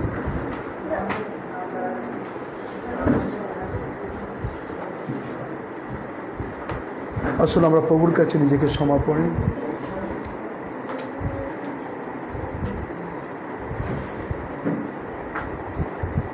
আমি তোমার না আছি চিরকাল, তোমার ছাড়া কারো থাকি বিশ্বাসে, তব সন্নিধান বাসনায় নিয়ত। আমায় ডাকো ডাকো ডাকো যিশু হে, ক্রুশে আরো সন্নিধান। দেহ আমায় প্রভু হে, তব খুকি দেশে স্থান। প্রার্থনাতে পাই কত আনন্দ, যখন শুনি তব নাম। প্রাণের বন্ধু প্রায় শুনেছেন সদা, আমার কত ভক্তি আমায় ডাকো ডাকো ডাকো যিশু হে, ক্রুশে আরো শনিরা দেহ আমায় আমায় আমায় প্রভু হে, তব তুকি দেশে স্থান। আসুন আমরা চোখ বন্ধ করে আমরা মুখ খুলে প্রার্থনা করি। আপনারা সবাই মুখ খুলুন, মুখ খুলে প্রভুর কাছে প্রার্থনা করুন। ইয়েস, ওপেন ওপেন, আপনি মুখ খুলে প্রার্থনা করুন। আপনি মুখ খুলুন প্রভুর কাছে, আপনি প্রভুর কাছে বলুন, প্রভু যেন আমি বিশ্বস্ত থাকতে পারি। প্রভু প্রভু নাসরতের যিশু নামে প্রার্থনা করি প্রভু, আজকে তুমি আমাদেরকে শেখালে অনেক কিছু প্রভু। হ্যাঁ প্রভু, যেন অঞ্চলের মধ্যে, পাড়ার মধ্যে, ফ্ল্যাটের মধ্যে, বাড়ির মধ্যে, বাজারের মধ্যে, সমস্ত জায়গায় যেন তোমার পরিচয় যেন জানতে পারে প্রভু। হ্যাঁ প্রভু, আমি যে খ্রিস্টের সেবক, যেন আমরা তোমার পরিচয় যেন আমরা জানতে পারি, যেন আমরা বিশ্বস্ত হতে পারি প্রভু।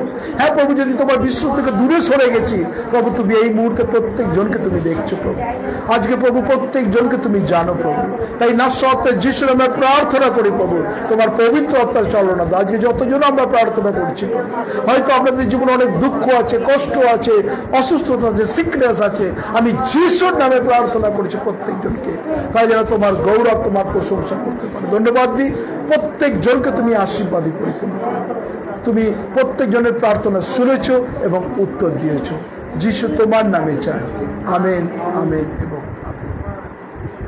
সকলকে জয় যিশু। আমরা দাঁড়িয়ে থাকবো, আমরা এই সময় প্রেমের উপহার প্রভুর কাছে নিয়ে আসবো। আমরা সুদীপ